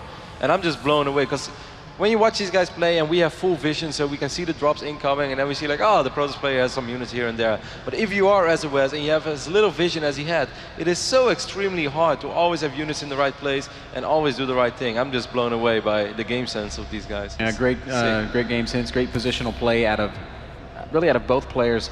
I love how SOS has cannons around the periphery of his base, just giving him that extra layer of drop defense. Yeah, it's super important, certainly when you just don't have that many units yet. He always has a couple of Zealots standing there as well, which I think is very cool. Because when the units gets dropped 1 by 1, if the drop is not very big, those Zealots can kind of kill those units 1 by 1 before it goes out of control. Reaper expand once more for Bomber. SOS once more proxy Stargate. Seriously, 3 games in a row? So it seems, man. This is just quickly becoming his standard in this matchup, at least for this semifinal. It's so funny because I really don't feel that it's done so much for him in the first 2 games. Perhaps he's just waiting for that single game, man, where the Oracle flies in and kills 14 SCVs, and he's like, haha, all worth it. I mean, both games have been close in spite of the fact that the Oracle never did any real damage, so I guess there's not a big reason for him to stop. Reaper's going to spot this probe, and it's annoying for SOS, because SOS would have loved to just drop that Nexus immediately. Losing this probe early on is going to delay his expand a little bit, and also, I mean, this is 1 free kill for the Reaper. The Reaper normally doesn't get a kill in PvT. Bonus damage, Kev. He's going to skirt out, and what are the odds of him scouting that Stargate? I think it's quite low. I think they're pretty high, actually, because Bomber just rallies this Reaper all around the map. Now Derelict is kind of a hard map to scout everything, because it's such a big map. It's an insane... I think he's going to check for it. Bomber... Or he's going to go back to the natural to see if the next... He would have hopped up the cliff if he was going to the 3rd base. I wouldn't be surprised if he's still going to roll into the 3rd base after this. He's the Nexus, and... No, not today. Looks like he's going to go check that Zelnaga tower first. So far, Bomber's opening continues to be consistent. He's getting that first tech lab down. His On 3 racks again, Kev. That's pretty good to deal with these early Oracles. He's going to have plenty of Marines, both in the main and in the natural. This Oracle is pretty quick, though, this time. It's actually very quick. There are only 6 Marines out on the map. A couple of them are out of position. The Oracle, if it flies into the main, it will be able to do a little bit of damage. The Reaper is going to see it, though, and the Oracle is going to see the Marines. It's a great spot by the Reaper, but the Oracle is going to be pretty uncontested in this main base. Here comes the lasers, and SCVs do get roasted. 2 down, it looks like, for now.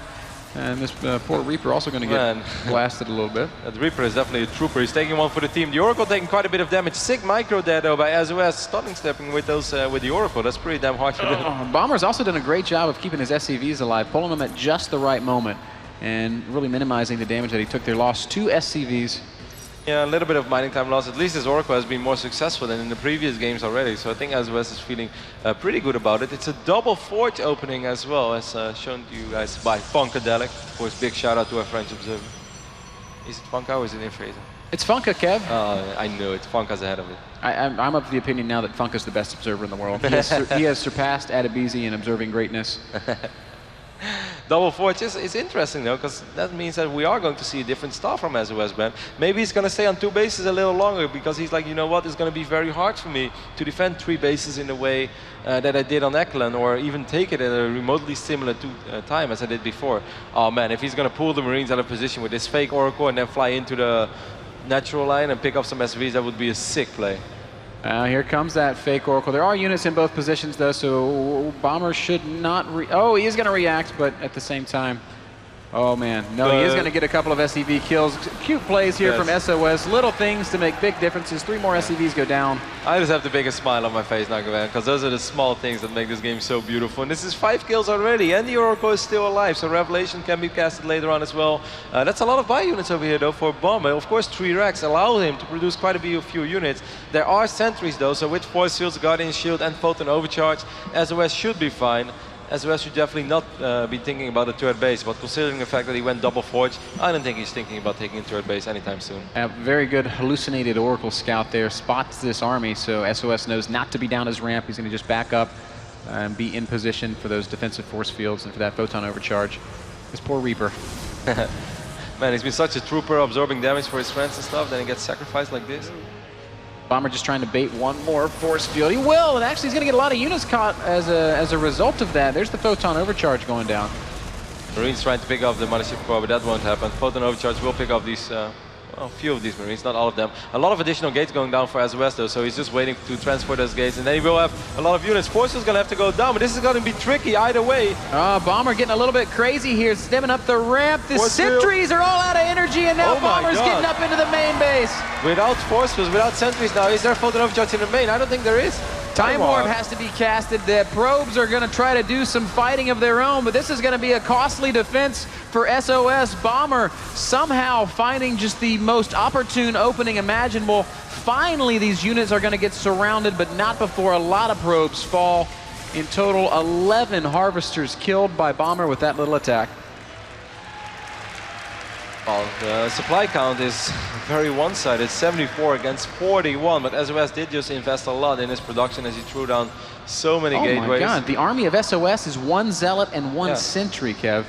Not only killing a bunch of probes, but also just basically completely dismembering the army of sOs. And if you ask yourself why, we can just take another look at the production tab, because those are a couple of very expensive upgrades. +2 attack, +2 armor, charge, and Templar archives going down. sOs is playing this in a very greedy way, so even though the supply count is heavily in favor of Bomber, it's a little deceiving. Losing the Mothership Core, however, I think is a really big loss. That's something that he didn't want to replace in this phase of the game. He is reproducing it now, but that's still 100 gas that he would have loved to spend on High Templars or Archons. And also, he's not going to have Photon Overcharge. Man, this is going to get a little #dicey. This is scary already. 18 Marines, 8 Marauders. No medevacs on the map for Bomber. He is going to start producing his first 2 now. His 3rd command center is finishing up as well, and a Ghost Academy. Something that we haven't seen from Bomber all tournament, Kev. I like it. I think it's a good phase or a good moment to start with. This is going to be a tough defense for sOs, man, because charge rolls are amazing, but +2 and +2 attack and +2 armor is not ready yet. 1 Archon is pretty cool to absorb some damage, but sOs needs more units, and he needs them now. Bomber looks like he just wants to deny a 3rd base as he checks to see if one's there, sees nothing, and backs off. Finds the target. He's like, So that's where the culprit came from, says Bomber. I kind of wonder what happened to the Oracle. I guess the moment that SOS was defending, he also sent in the Oracle to pick off some additional SUVs. But Bomber's got to be feeling so comfortable right now. The upgrades are excellent for SOS, though. First drop, making its way across the map right now, is going to fly over a canceled pylon. It's a great scout, though. Yeah. 25 mineral scout.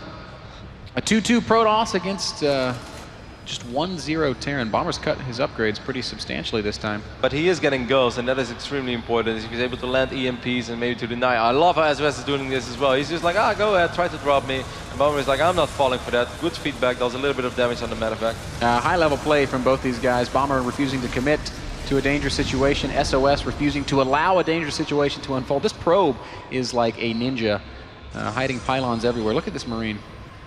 Hey, you never saw it coming, Ben. This guy needs to be fired. Talking about sleeping on the job, eh? What? What a lazy Marine. No, either way. Bomber still with a strong presence in the center of the map. I think SOS's position, can we say that it's improving? His upgrades are great. This tech that he added is starting to, this pylon's still unscouted somehow. He is dropping cannons now, Ben. 4 of them, which makes me really wonder. Is he going to actually move out and rely on those cannons to defend at home, or what is he so worried about? I guess he is thinking that he didn't play against 3 base, but I think he just scouted the third base on the left bottom side of the map. So SOS knows what he's playing against. One Zealot already on a rampage with 5 kills. Yep, Angry Zealot slices up some SCVs. Will be dealt with, but not before he chops them. Army's going to clash in the middle of the map. There are ghosts over here, though. EMPs are not going to go down at all. Where are the EMPs? Bomber's microing his army pretty well, but not using the ghost. Finally, he lands an EMP in the middle of those Zealots, but the Archon's doing so much damage, and SOS actually pushes Bomber back here. SOS still on 46 probes, man. With all these defensive cannons, I'm starting to feel that SOS is going to try to win this game on 2 bases. He's just going to produce units from this point on. Both ghosts are going to fall immediately. Oh, actually, he saved one of them. That's so beautiful sick. pickup there from Bomber. That's 2 ghosts in that medevac, Kev, not just 1. And another skirmish unfolding here. Zealots pushing the Bio Army back further. Bomber needs to fall back to his reinforcements, who are all very low from being overstemmed. The Protoss army looks nigh unstoppable. Here's the SCV pull. SCVs are pretty scary in the middle of the map, man. That's a lot of SCVs too, Kev. I would say very nearly all of them SOS. This is not what I signed up for. These Archons are so scared as the SCVs will chase. Oh no, it's a massacre! As SOS turns around. SOS has a lot of defensive cannons, though. He has a Zealot run by as well. This is very annoying for Bomber to deal with. What is Bomber going to do, Ben? He has so many SUVs in the middle of the map. There is a third base, but he can still cancel it if he really wants to. Storm is finishing up. Ghost dropped on the High Templar, but they did not land the EMPs. Zealots charging forward. Bomber's being so careful. SOS wants to choose the perfect fight. Oh, 7 seconds or something to Storm. It's so close, but these Zealots and Archons. Great spread of units. Storm finishes up though, and that's going to shut down Bomber. Good game. SOS somehow, some way. SOS is such a beast, man. Getting all those upgrades of a single Zealot and Sentry and losing everything early on. It's just like, let me still just go ahead and research +2 attack, +2 armor, charge, and Storm at the same time against someone that opened up with 3 Rexes and is obviously going to work with those bio units. That's a crazy call to make, but SOS, he did it. I thought he was so dead after that first push up into the main base. Killing probes and army alike. Let's go ahead and pass it over to our experts to hear their thoughts on that game in this series. Thank you, sir. SOS has the 2-1 game lead here in semifinal number 1 for the 2013 WCS Global Finals. And I can't wait to hear from you guys. A lot of banter up here between these folks. Yeah, a lot, wasn't there, Sean, about what was happening, what was going to happen. Even some friendly bets as well. You know, how did it go? I want to throw out that before the series began, there was a prediction that was tossed out, a bold one, a poor one, but one that's incidentally turning out correct. Yeah, well done, Todd. So you see, Bomber wins game 1, SOS wins games 2 and 3, but Bomber's going to be closing it out in games 4 and 5 to pull it back 3-2. And you're going to stick with that? Of course. Well, you've got to. I've looked good 3 games in a row, so you know we got to keep drilling forward. Apollo, based off of the things that we discussed during the pre-show and based off of the things that you guys said about SOS and Bomber, a 2-1 score, is this what you expected? No. Well, Okay, back to Todd. yeah, okay, I didn't realize we were interviewing Koreans up here. Apollo, let me try this one more time. Can I get a little bit more than a no? I really thought that Bomber, I don't think that Bombers really looked at SOS in the way that I think he should have coming into this game. I think that he should have looked at him knowing exactly how he played against Port. Maybe he didn't have the opportunity to see how he played against Port, because he seems to be playing just a very generic Terran versus Protoss style. But I think if he concentrated on how SOS was approaching a playing Terran, I think it would have been a different start to the series. I feel like Game 2 is the perfect example of Bomber doing things a little bit off. We see the SOS is sort of pulled back. He's doing a lot of tricky moves, you know, like going for the Oracle, but then he's kind of forced to play defensively with the Zealot Storm into third style. And we see Bomber delaying his own third, trying to be super aggressive with no Ghosts, no Vikings. It's kind of weird. He didn't set himself up for a transition in that second game at all. And once SOS stabilized, it was a pretty straightforward game. And I think that Bomber is trying to end games too much in the mid game. Same thing happened in game 3. Got the Ghost really fast, try to end it right then and there. I mean, SOS was dead. Just expand and let your economy pull you ahead late game. I think we are witnessing Bomber taking SOS into account, though. I feel like what he went into the series saying, as we're seeing it play out so far, is you like Oracles? Okay, I'm going to go in with a beefy pre-medevac stim timing and try to snipe off that Nexus. And I'll tell you what, it did work one time, but in the 2 games where it didn't work, we saw what had to have been near perfect defense from SOS. Like, he's like, all right, I got 3 Zealots, 2 Sentries. What are we looking at? Oh, it's like 100 frickin' Marines and 5 Marauders? I'm probably dead, you know, but he was able to dig it out a couple of times with Photon Overcharge, delaying force fields. That was really key. The decision to go up the ramp from Bomber on the game number 3 was a little bit tough, because the probe pole was able to actually close out with barely anything else behind that. I think almost if he would have backed away from the ramp and just kept massing up like we saw on Aklon Waste, that could have been a strong strategy there as well. But I think he is playing this out because this is what he thinks is the counter. And Todd, I think we're going to take a look at a few moments of, I assume, game 3. Yeah, I mean, I want to talk a little bit about this series first. SOS, he played the way I predicted he was going to play, with the opening Storm. He wanted to get Colossus later on. In this game, it was just going really bad for him. I mean, there was the attack over here that Bomber ended up doing a lot of damage in. He killed a lot of probes. In the words of Apollo, greedy Protosses, you deserve to die if you play too gready. He's been doing a lot of hating up here. A lot of hating. And I didn't say that. You said something similar. And SOS, I mean, after losing a lot of the probes early on, he lost 12 probes early on. He was quite far behind. I mean, he's falling behind on supply now. He knows his opponents as a third. So he starts proxying pylons, at least this one. He has this one over there, with which I think he can warp down and send some Zealots. He spots the third base. And at this point, I really thought he was going to go all in with all these gateway units. And without Storm. There was a lot of talks about whether or not we were going to see Storm. Now he throws down 3 cannons. That really confused me. I thought he might go and try and take a third. Hope that Bomber attacks. What do you think the cannons are for, though, by the way? For defending, because he's up against Ghost, and he doesn't have detection. But he scouts the third. I mean, isn't that just kind of forfeiting the game, even if it is I think, okay, I was going to explain that. I think he wants to defend, basically, against this army over here. And then in the meantime, send in a bunch of Zealots into the natural and third base to do the work. And I mean, if that happens, it's a dream scenario. The entire army of Bomber is going to be across the map. So at this point... But he instantly cancels, I guess, is the weird part for me, is what I say, you know? Yeah, I mean, at this point, SOS is moving out. Bomber, he finds himself caught in the middle of the map. The MPs are not good. And he's going to lose a lot of his army here. With just 1-1 versus 2-2, this double forge is paying off. The greed of SOS early on, he's not going to let him die in this game. He's going to stay alive. And he's going to start a third base at this point. He killed a lot. He's like, well, I guess I can take a third now. I've done what I had to do. He ends up chasing Bomber, and Bomber is really dealing very poorly with all of this. Behind this, he hasn't started 2-2. He's got the Ghost Academy, so he can finally start getting some Ghosts, but it really feels like he was not in his comfort zone at this point. So he's like, well, he wants to get back to his comfort zone, which is pulling the SCVs. That's what he does. Well, there was actually a cancel on 2-2. +2 was almost done right before the attack began. And then Bomber started the armor and then canceled both of them. And I think it was that really triggered him to go, oh my god, I screwed up. I got to pull the SCVs. SCVs chasing this army is hilarious, by the way. SOS ends up turning around here, trading a little bit, and then Storm is just going to complete right before the huge engagement takes place, and with some good storms, SOS basically is able to secure himself the win in this third game. That's a nice move, by the way, with the Medivac here. A nice attempt by Bomber, but ultimately he had steamed everywhere. His army was split up. It was really a weird fight that we were seeing here, where SOS was trying to buy himself time, and in the end, with this counter-attack over here, I mean, the mining from Bomber was not enough. And I mean, as soon as you hold this is completely over. So pretty impressive game here by SOS. I did not think he was going to be able to win that one. I know there's a lot of bets going around. If anybody had asked me who was going to win this one, I would definitely have said the Bomber.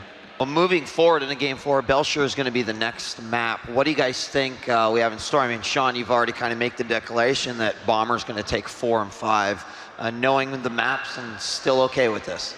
You know, I definitely actually think that Belcher Vestige is probably going to be Bomber's strongest map in the entire map pool. It definitely favors the 3-base play, pretty straightforward to defend. The attack angles are not very roundabout. If you can just sweep the edges for pylons, you're good to go. There's not a lot of places to hide stuff and do counterattacks as Protoss. SOS has been pulling out a lot of warp prisms just to do the job of proxy pylons, not even to try to do big warp-ins in the main base. So that could give Bomber some trouble, but I think this is going to be one of the most straightforward games we'll see. Bomber's probably going to be playing pretty identically to what he did on Akalon Waste, just big Marine Marauder numbers. Burning question, Apollo. Is it going to be a Stargate for the 4th time? No, not this time. Not on Belcher Vestige. I'm actually kind of interested. I wonder if we'll see Colossus play this game. It will be a Stargate. Oh. Yeah. Oh, into Colossus? Yeah. Or into No, statistically speaking, we're at 100% so far in this best of five. Don't trust All right, stats. you guys, the players are ready to go. Map 4 is nearly upon us. Let's send it back to the caster's desk and get this series back underway. Thank you so much, Marcus, and welcome back to the desk where we're getting ready to jump into game number 4 between Startail Bomber and Woongjin Stars SOS. Right now, SOS leads 2-1. It is match point for Bomber. SOS, 1 map away, man, of making it to the global finals.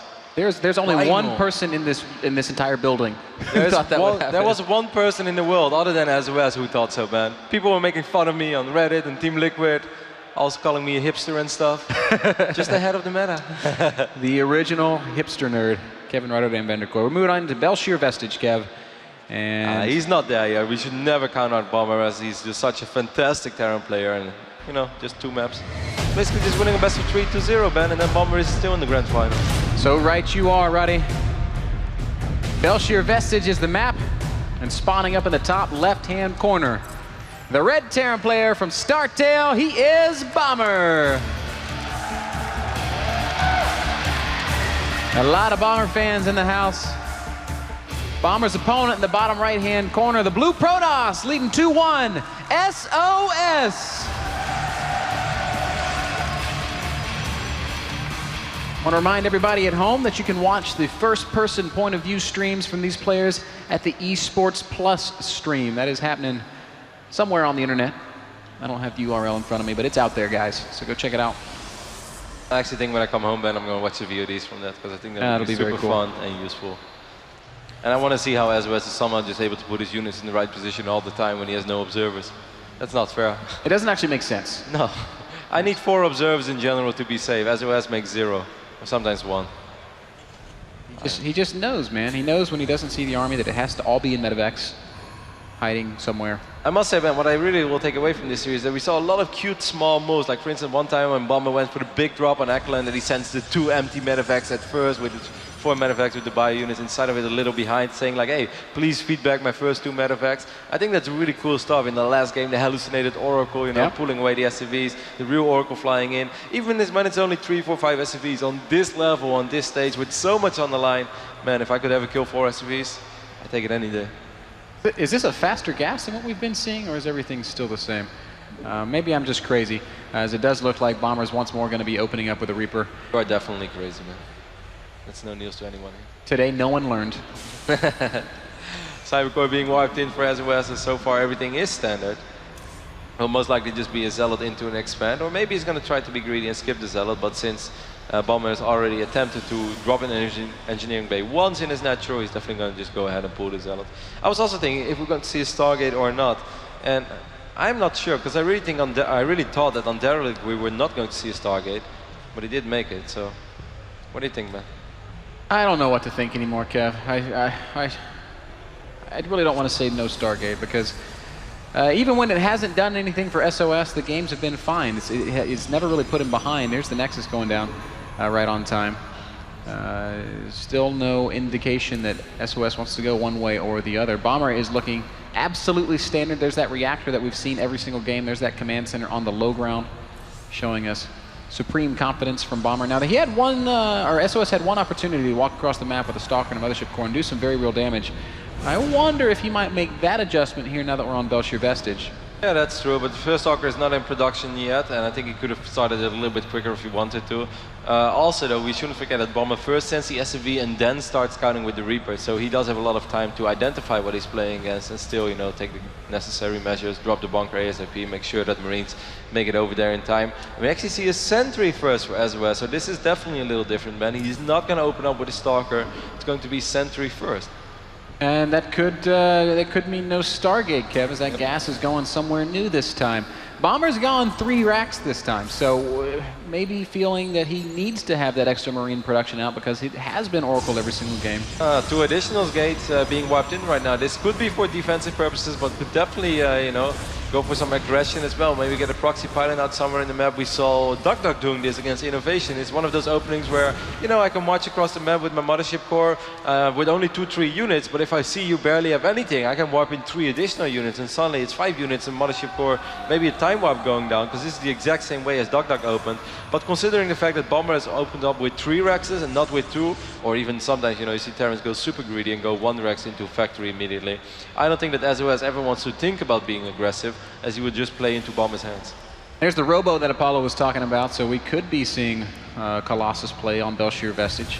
It could also just be for observers and setting up that eventual transition. Oh, the Reaper's got moves like Jagger, hops up into the main base and is going to get a great scout, sees all 3 gates, and even the Robo before going down to Sentry. Yep, so he spotted the fact that there are 3 sentries, also burning a little bit of energy, which is nice for Bomber to know. He's like, hey, if I want to send my Marines across the map, and that means that you just wasted 100 energy. That's 2 additional force fields, or that I don't have to worry about anymore. It's just going to be Observer into Templar, by the way, which I am not very surprised by seeing, unless he's also going to go Colossus at the same time. But I don't think he's going to do that. He will most likely just start researching charge once more, as he is just that type of player. Yeah, definitely stylistically what he has favored. For as long as we've been talking about SOS, Kev, Observers and Zealots on the way. Twilight Council will finish up, and probably going to be a very early charge. Bomber's out on the map with a lot of bio, Kev. 22 army supply to 13. Whoa, that's an early Warp Prism. A little bit new, a new twist. Oh, he's gonna have to drop foot and overcharge immediately, as these are a lot of Marines. But this is also a little risky for Bomber. Force fields will go down. Wow, great force fields, and Bomber's forced to fight, and he will lose more than just a small handful of Marines as he runs away, I guess licking his wounds.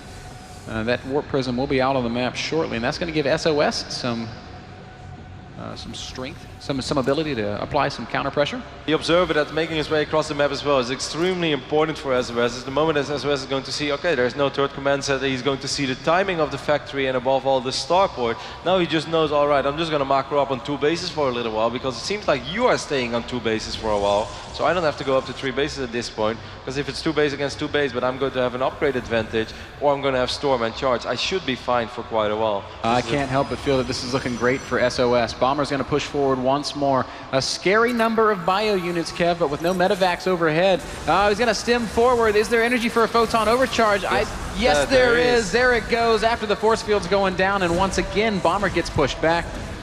Bomber has been losing quite a few Marines here and there. He's never lost his entire army, but still, he's just not getting much done. Yes, he is burning a lot of energy and picking off a few Zealots here and there, but SOS is completely okay with that, as long as he's buying time for maybe his first Archons, or at least Charge to finish up.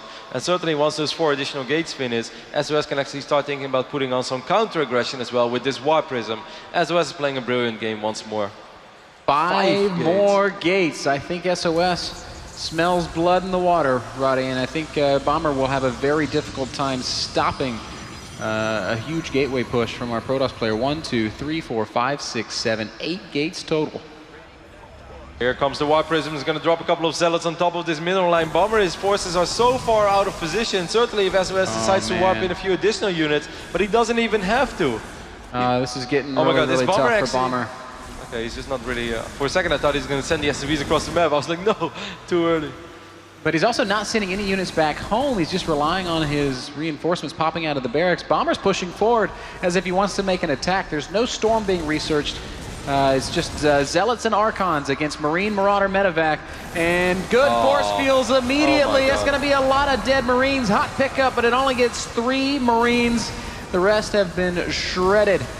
This Archon's going to get a lot of kills before he ends up going down. Here's the first-person view of Startail's bomber, who's frantically trying to deal with this harassment in his main base while attacking on the other end of the map. He's down to 79 supply against about 85 supply of Protoss. As a 2-base Terran in this phase of the game, you really hope to do more damage than he did, and instead he actually took damage. He lost a lot of mining time, he lost one of his refineries there, which is not a big deal, but that just shows for the fact that this is not the way that this game is supposed to play out in this phase. sOs is up 10 workers, Ben. He doesn't have Storm yet, as far as I know. No, he hasn't even started Storm. No.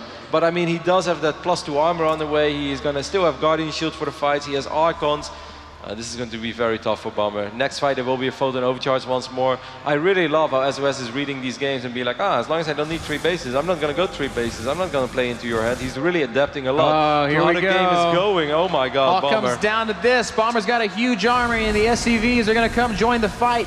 Photon Overcharge has been forced. It should expire by the time the rest of Bomber's troops show up. High Templar are going to get focused down as well. Storm's a long way off. He's not going to have it for the big fight. Bomber's trying to end this game now. If sOs holds, he has advanced to the finals. Man, those force fields are fantastic. Once more, Photon Overcharge is really doing a lot of damage. And as long as this goes on, sOs is going to wipe in more and more and more Zealots. He dropped a couple of feedbacks as well on these medevacs. This is looking absolutely fantastic for sOs. sOs pulls the probes. Zealots and Archons against Marines and Marauders. The SCVs have melted away at 70 supply to 100. The army supplies favor sOs. Bomber has been beaten back. Good game. Congratulations. sOs moves on to the final. And for the first time, man, sOs is happy as well. He raised his hands. What does this mean? Finally seeing some emotion out of this very talented Protoss player.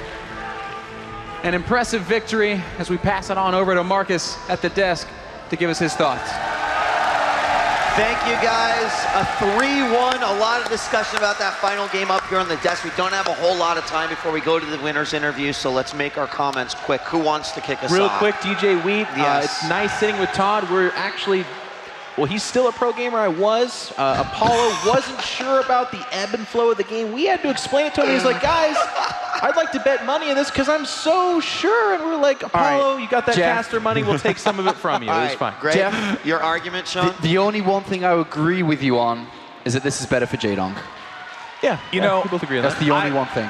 I mean, I really think that sOs played like a brilliant final game, given the fact that he set up so many Stargate plays back to back to back to back to back. And in that game, it was just a regular gateway opening. And I like that it can apply pressure if your opponent's being a little greedy. We've seen Bomber be willing to go for a 3 command center after his initial barracks just to try to exploit his opponent's patterns. And there, the ability to transition so quickly back into that Zealot style play, especially with the Warp Prism. I mean, Bomber, he read him like a book. Bomber wanted to win on 2 bases. He wanted to be aggressive. Final thoughts real quickly? I really liked the incorporation of that Warp Prism at the end of the game. Bomber's been mid-map all series long. He wants to get that aggression. He wants to be at the base of the ramp. 4 Zealots tilted him. He's in that position where he's like, well, do I just come home and suffer that loss, or do I go all in? But with the Photon Overcharge and thankfully enough sentries to do that kind of passive defensive play, he was always going to be able to absorb Bomber and take the advantage, and then he win. Todd, you predicted sOs. Your thoughts on the series? I was right. Crap. I was right. I get the chance to say it. No, like, not just score-wise or with the player I predicted, also with the style that sOs used. I said he was going to use the Charge Lord Templar, and then in the end, in every game he did, and he was quite successful. He made this strategy looks like the most viable, the best that you can do versus Terran right now. So I think if Maru gets to the final, sOs is going to be the favorite. All right, well, we found our first finalist. It's sOs. Let's shoot it to the main stage with Chobra, who's standing by with an interview with our winner. Thank you, Marcus. And the first candidate to possibly be the best player of WCS 2013 in StarCraft II Auto Swarm, it is sOs from Wongjin Stars. Give another big shout out, everyone.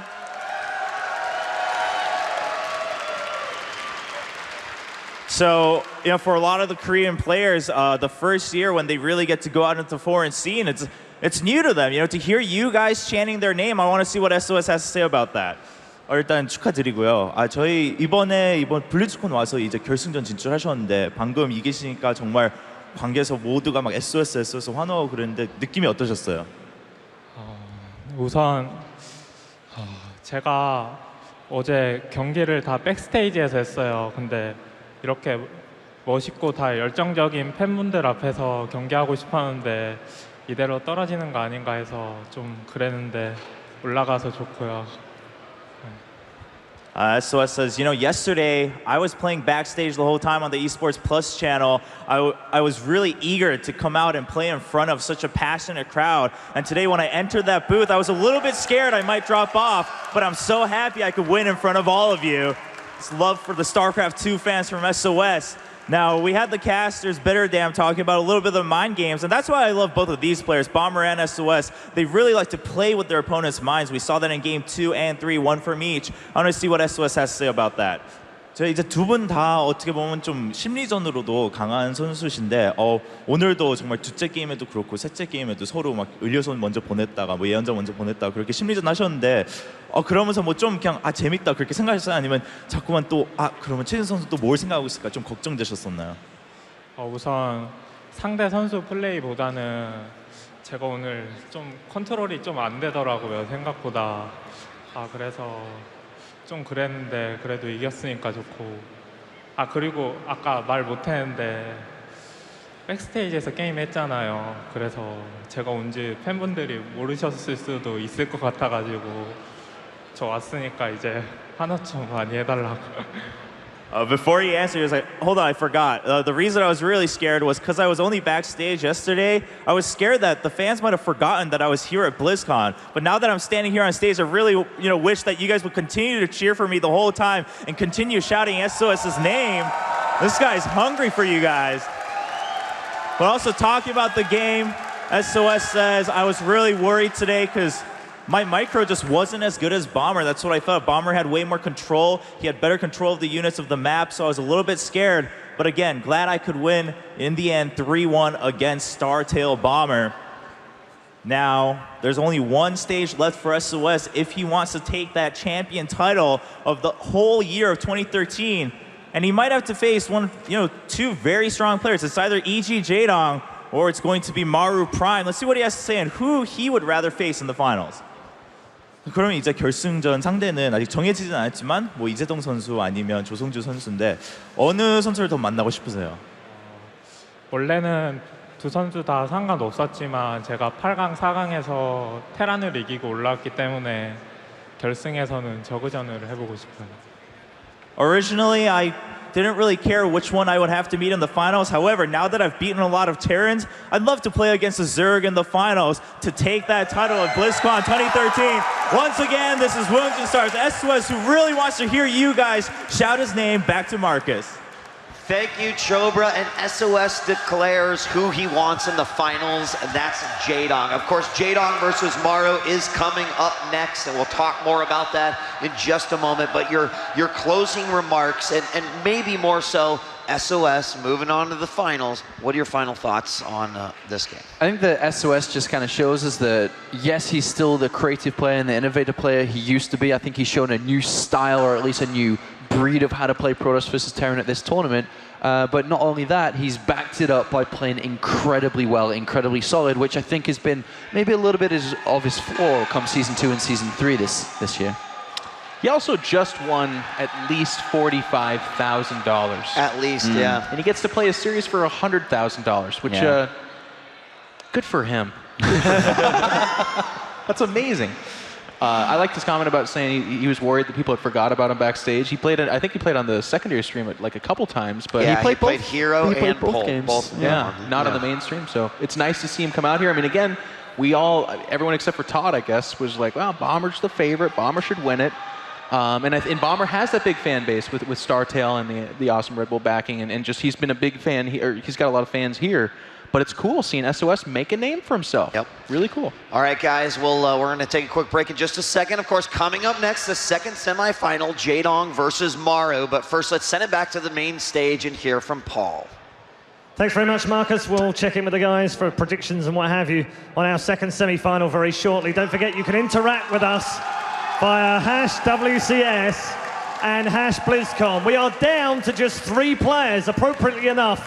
1 Protoss, 1 Terran, 1 Zerg. The semi-finals are next, but I think I might have found my favorite sign in the audience. Top dog!